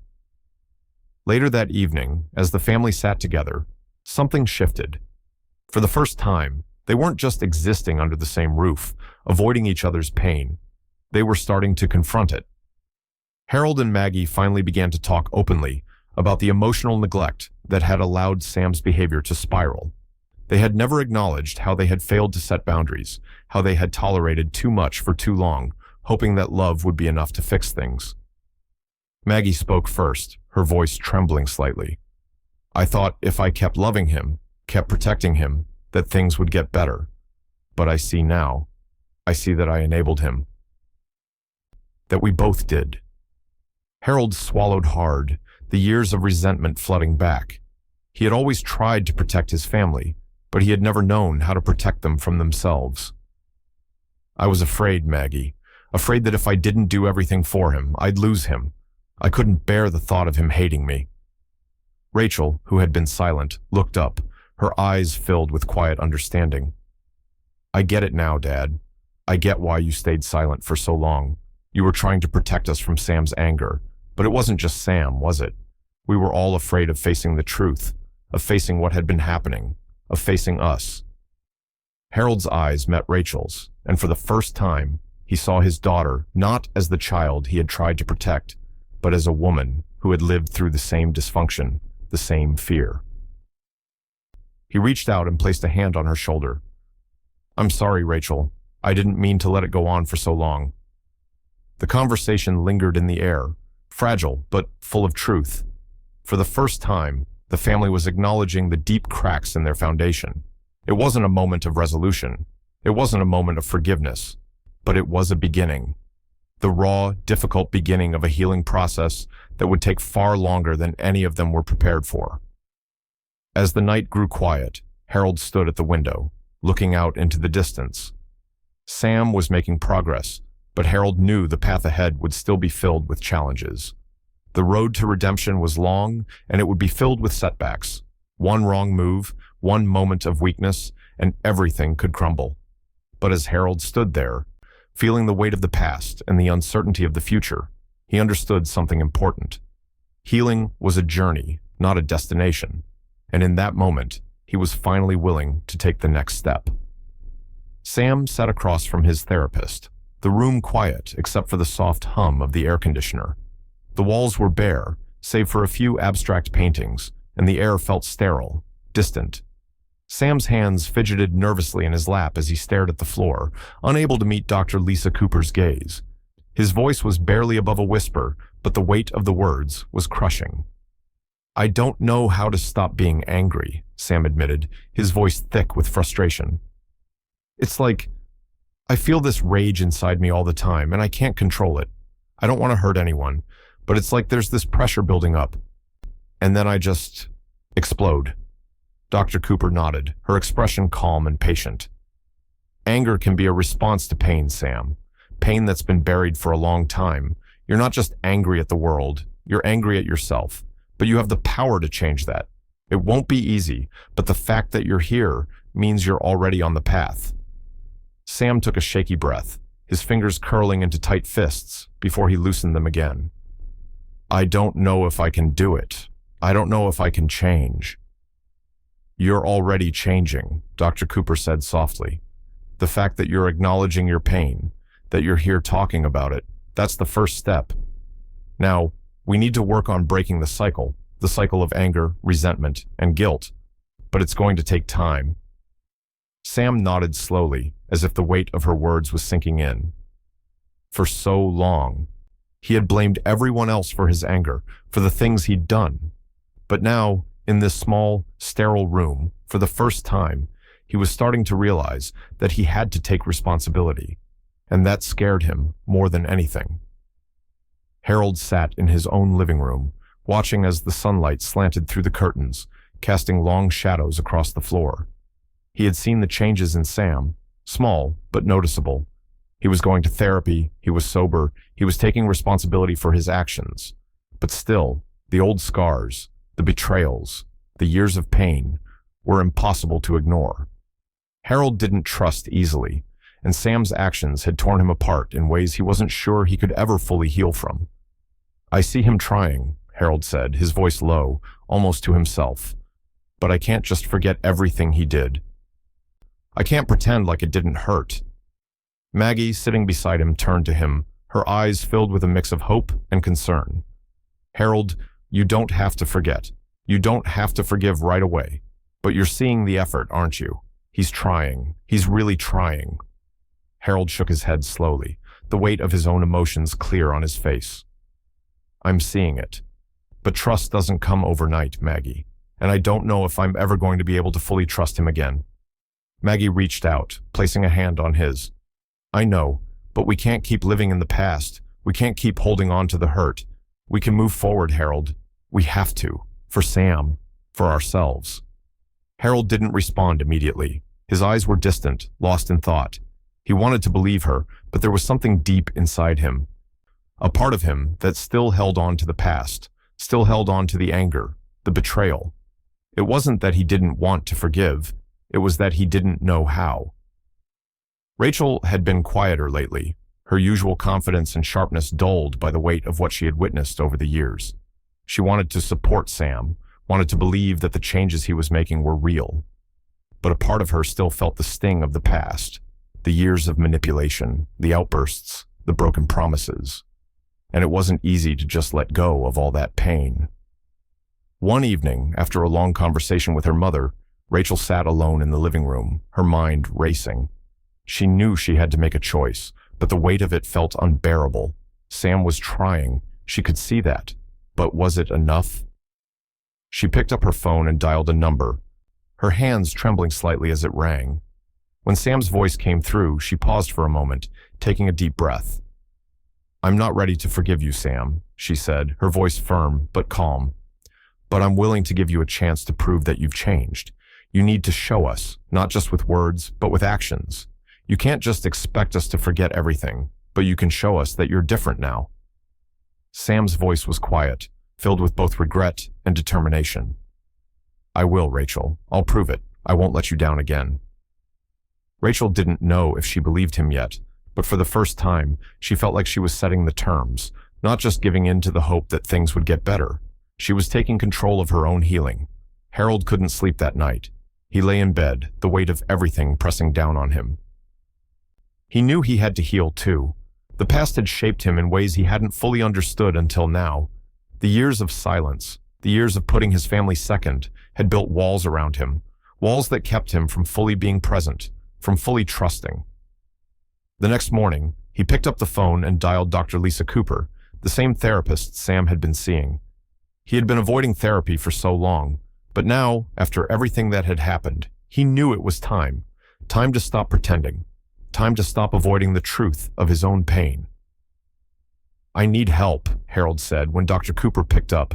I've been running from it for too long, and I can't keep doing this. As the days went on, the Turner family took small, cautious steps toward healing. They didn't have all the answers, and they knew the road ahead would be long. But for the first time in years, they were facing their pain head-on, together. Harold and Maggie were rebuilding their marriage, one difficult conversation at a time. Rachel was finding her own path, balancing her desire to support Sam with her need to protect herself. And Sam, although still on his journey, was making progress, learning to take responsibility for his actions. But as Harold lay in bed that night, looking out the window at the moonlit sky, he understood something fundamental. Healing wasn't about perfection. It was about taking the first step. It was about showing up, even when it was hard. And while the future remained uncertain, Harold knew they had finally begun the journey. The Turner family sat around the dining room table, an odd silence hanging over them.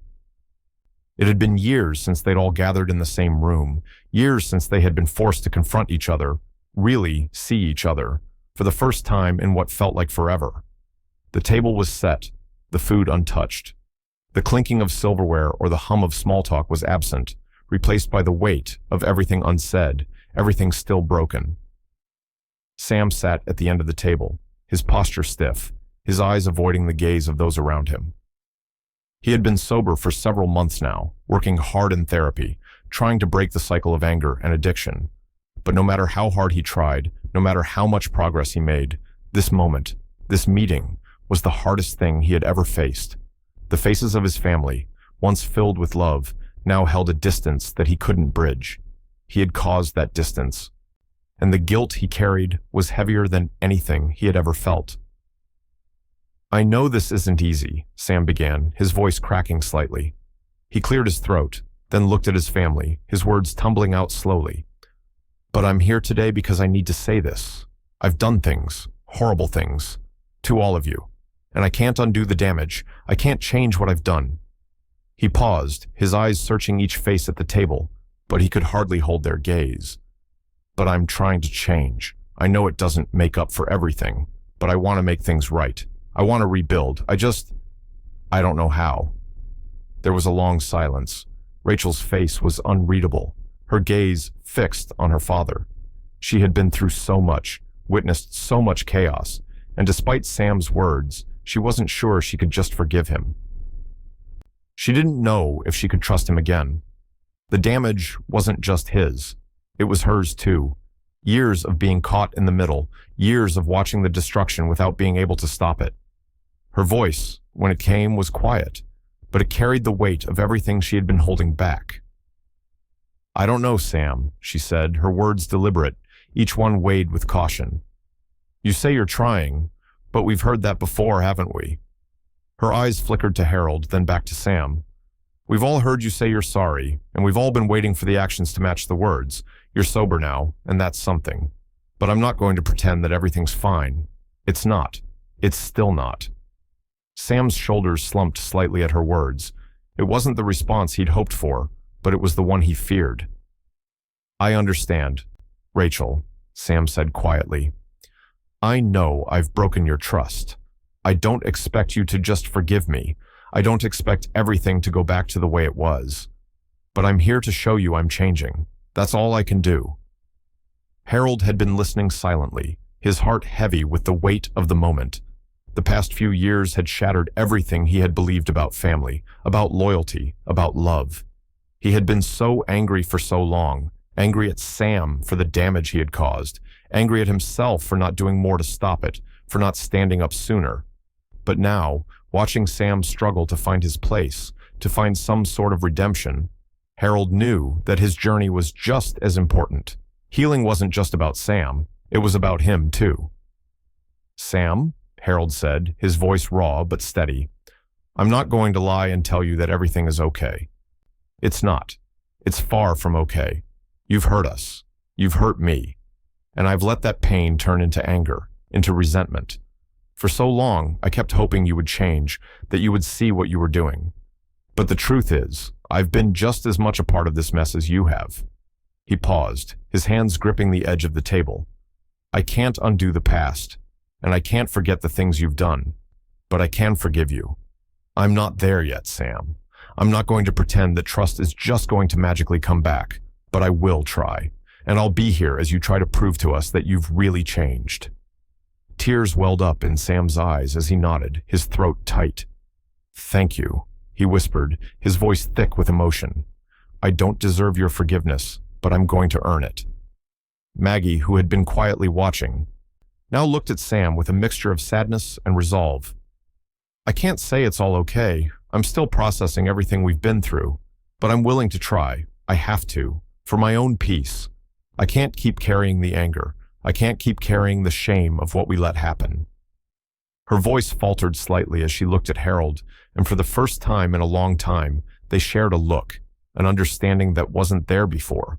The years of bitterness between them hadn't disappeared, but there was something more now, something tentative, something fragile.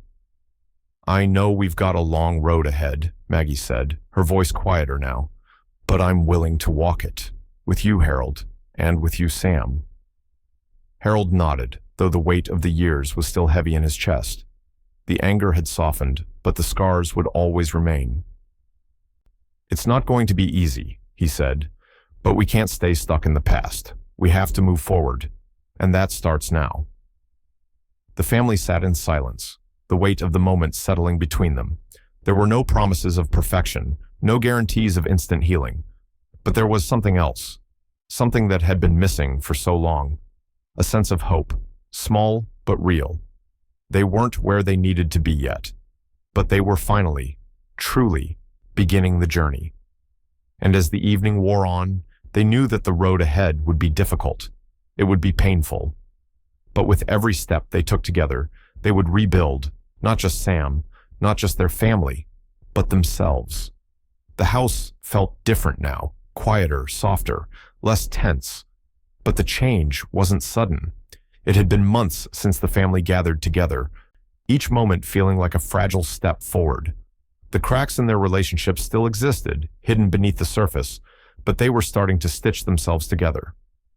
Slowly, one small, deliberate movement at a time. Harold watched Sam from across the room, his eyes narrowing as he observed the subtle but noticeable differences in his son. Sam had been sober for months, attending therapy regularly, facing his demons head-on. There were days when Harold still felt the weight of the past, the anger, the betrayal, but he couldn't ignore the truth that had begun to emerge. Sam was genuinely trying to change.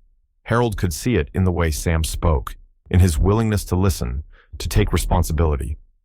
For so long, Harold had been unsure whether Sam would ever change. Would he stay sober? Would he stick with therapy?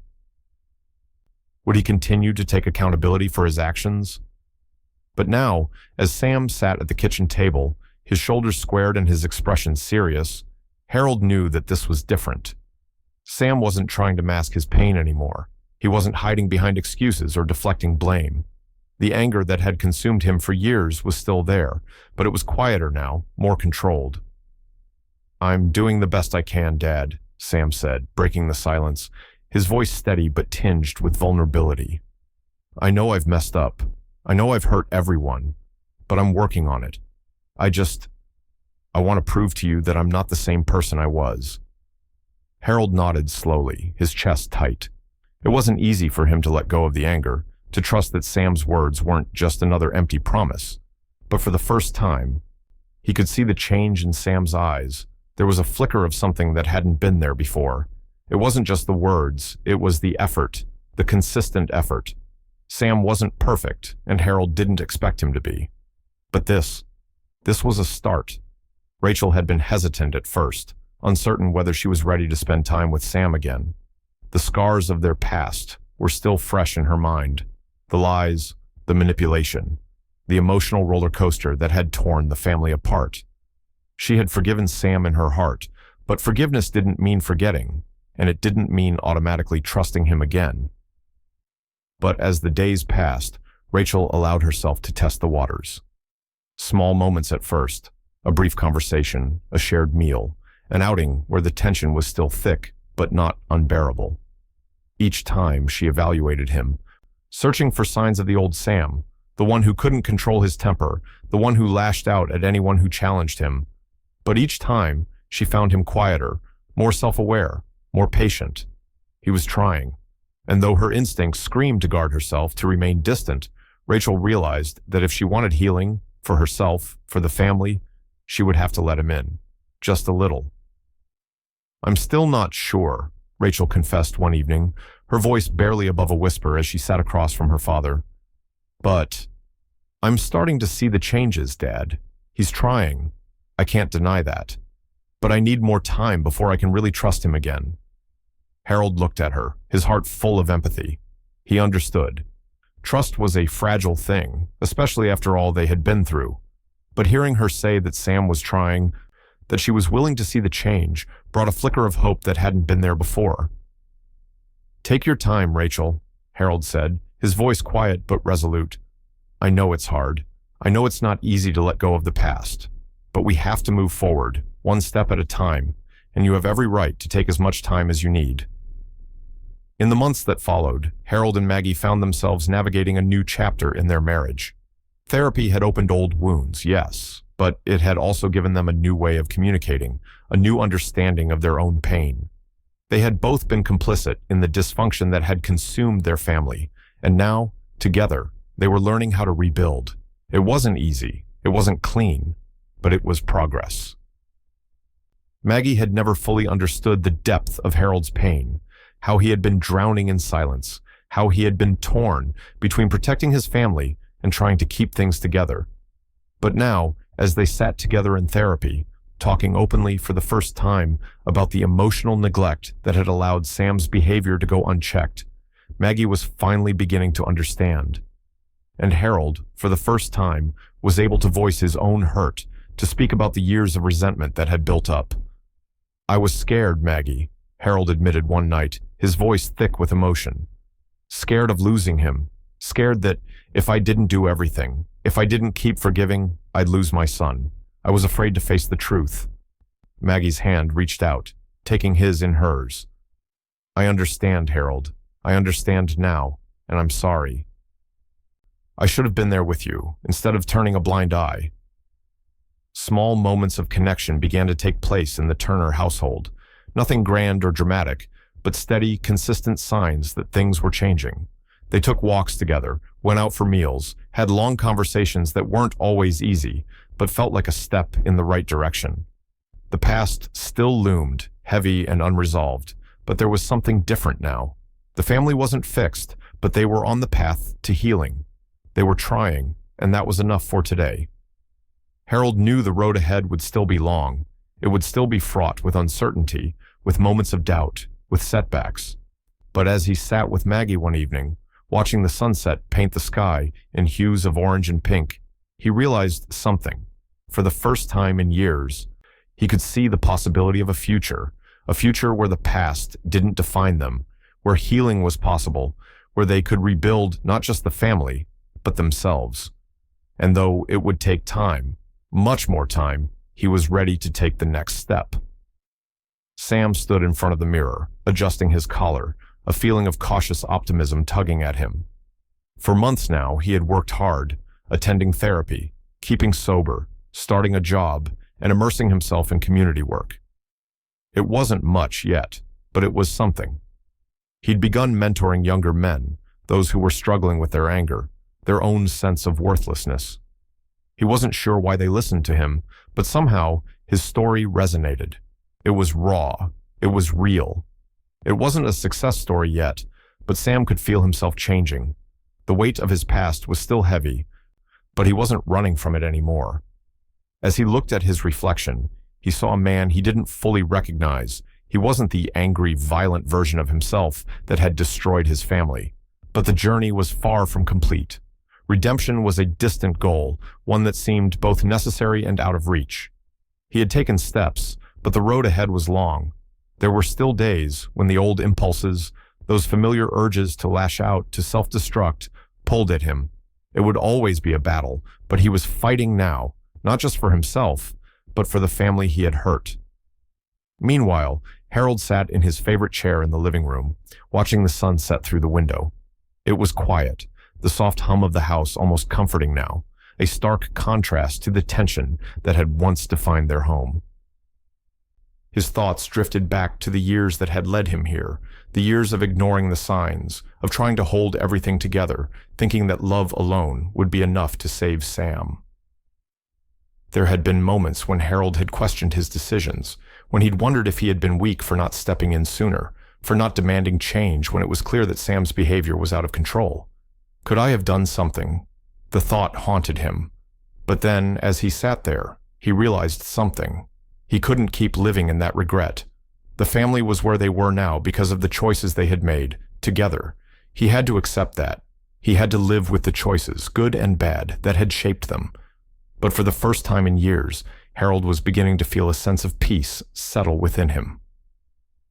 Not because everything was perfect, far from it, but because he had learned to let go of the things he couldn't control, the mistakes, the missed opportunities. They were behind him, and the future, though uncertain, was still theirs to shape. Maggie, sitting beside Harold, watched him in the fading light.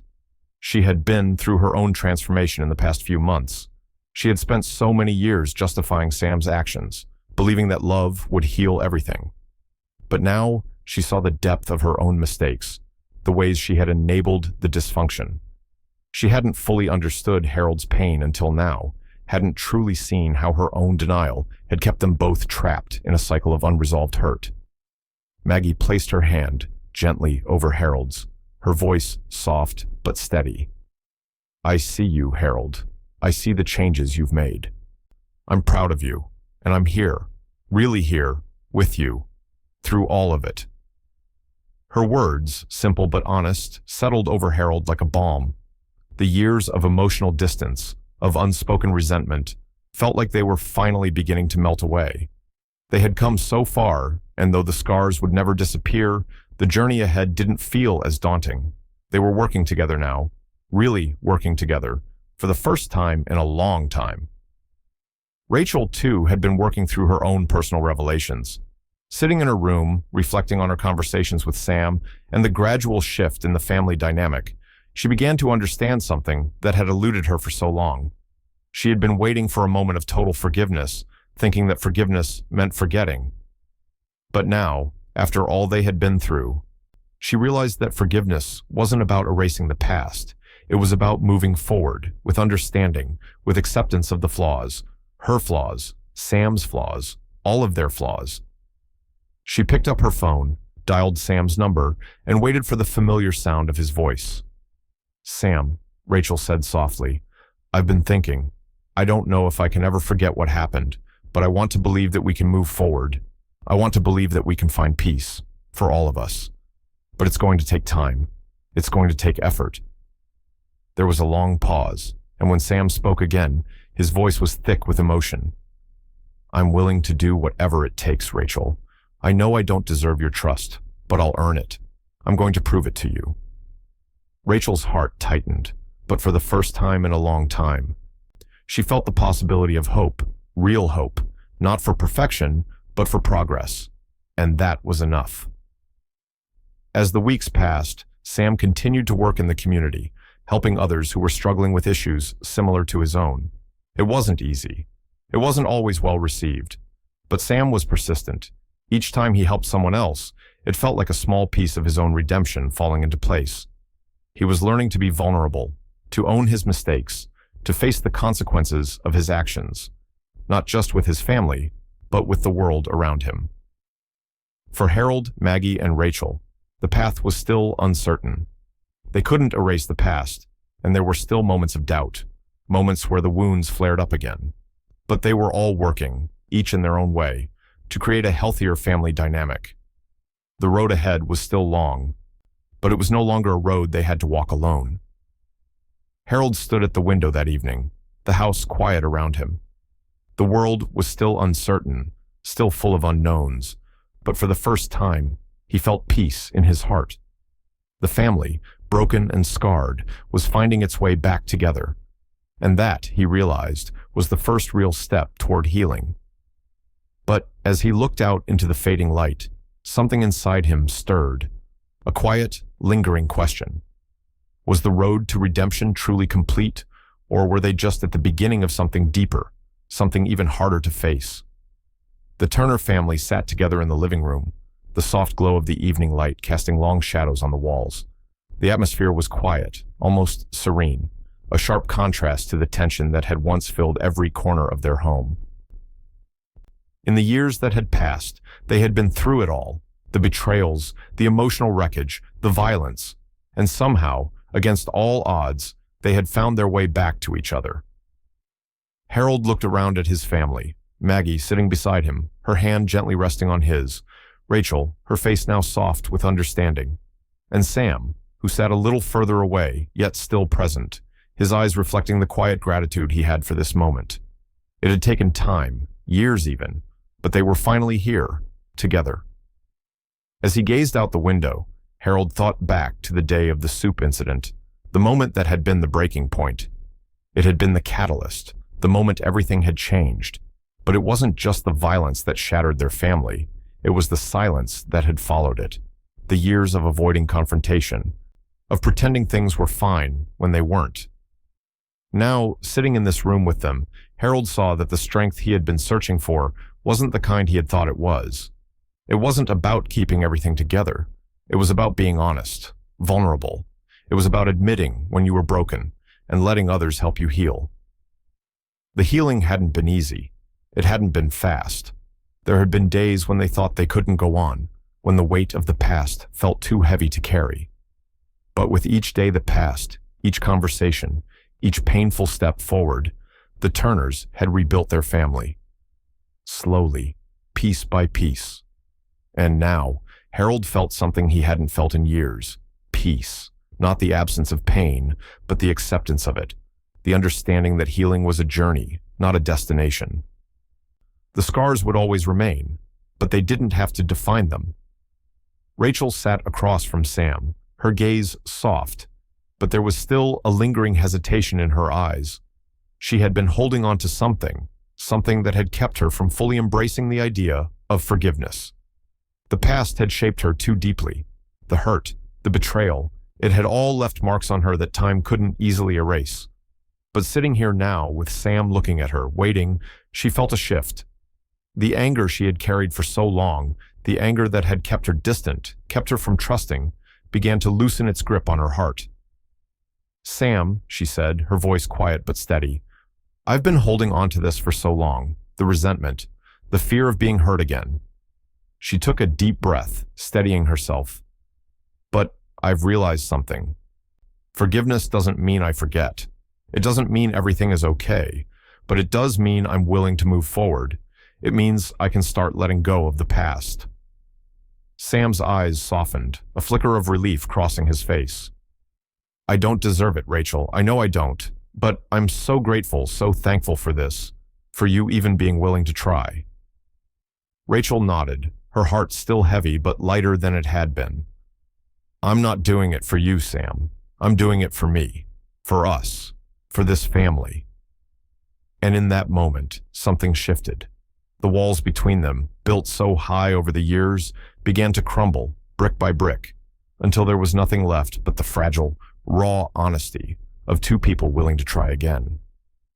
Maggie and Harold sat side by side, the weight of the years between them heavy, but no longer unbearable. It had been a long road, one filled with silence, denial, and guilt. But now, sitting together, they understood each other in ways they hadn't before. They had learned to communicate, to listen. They had learned that love wasn't about never fighting, about never hurting each other. It was about surviving the storms together, and in doing so, they had grown stronger. Harold turned to Maggie, his voice low but full of emotion.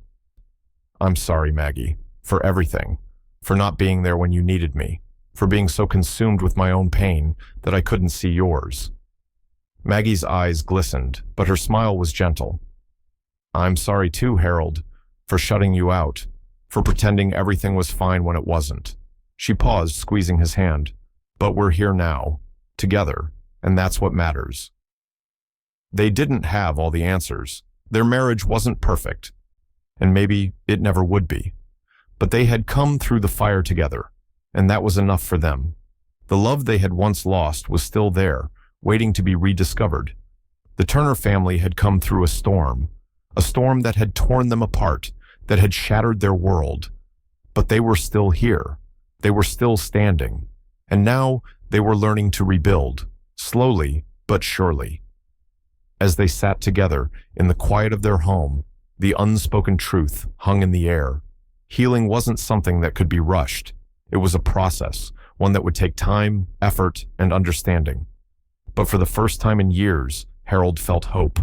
Hope for the future. Hope that the pain of the past didn't have to define them. As he looked around at his family, Harold smiled.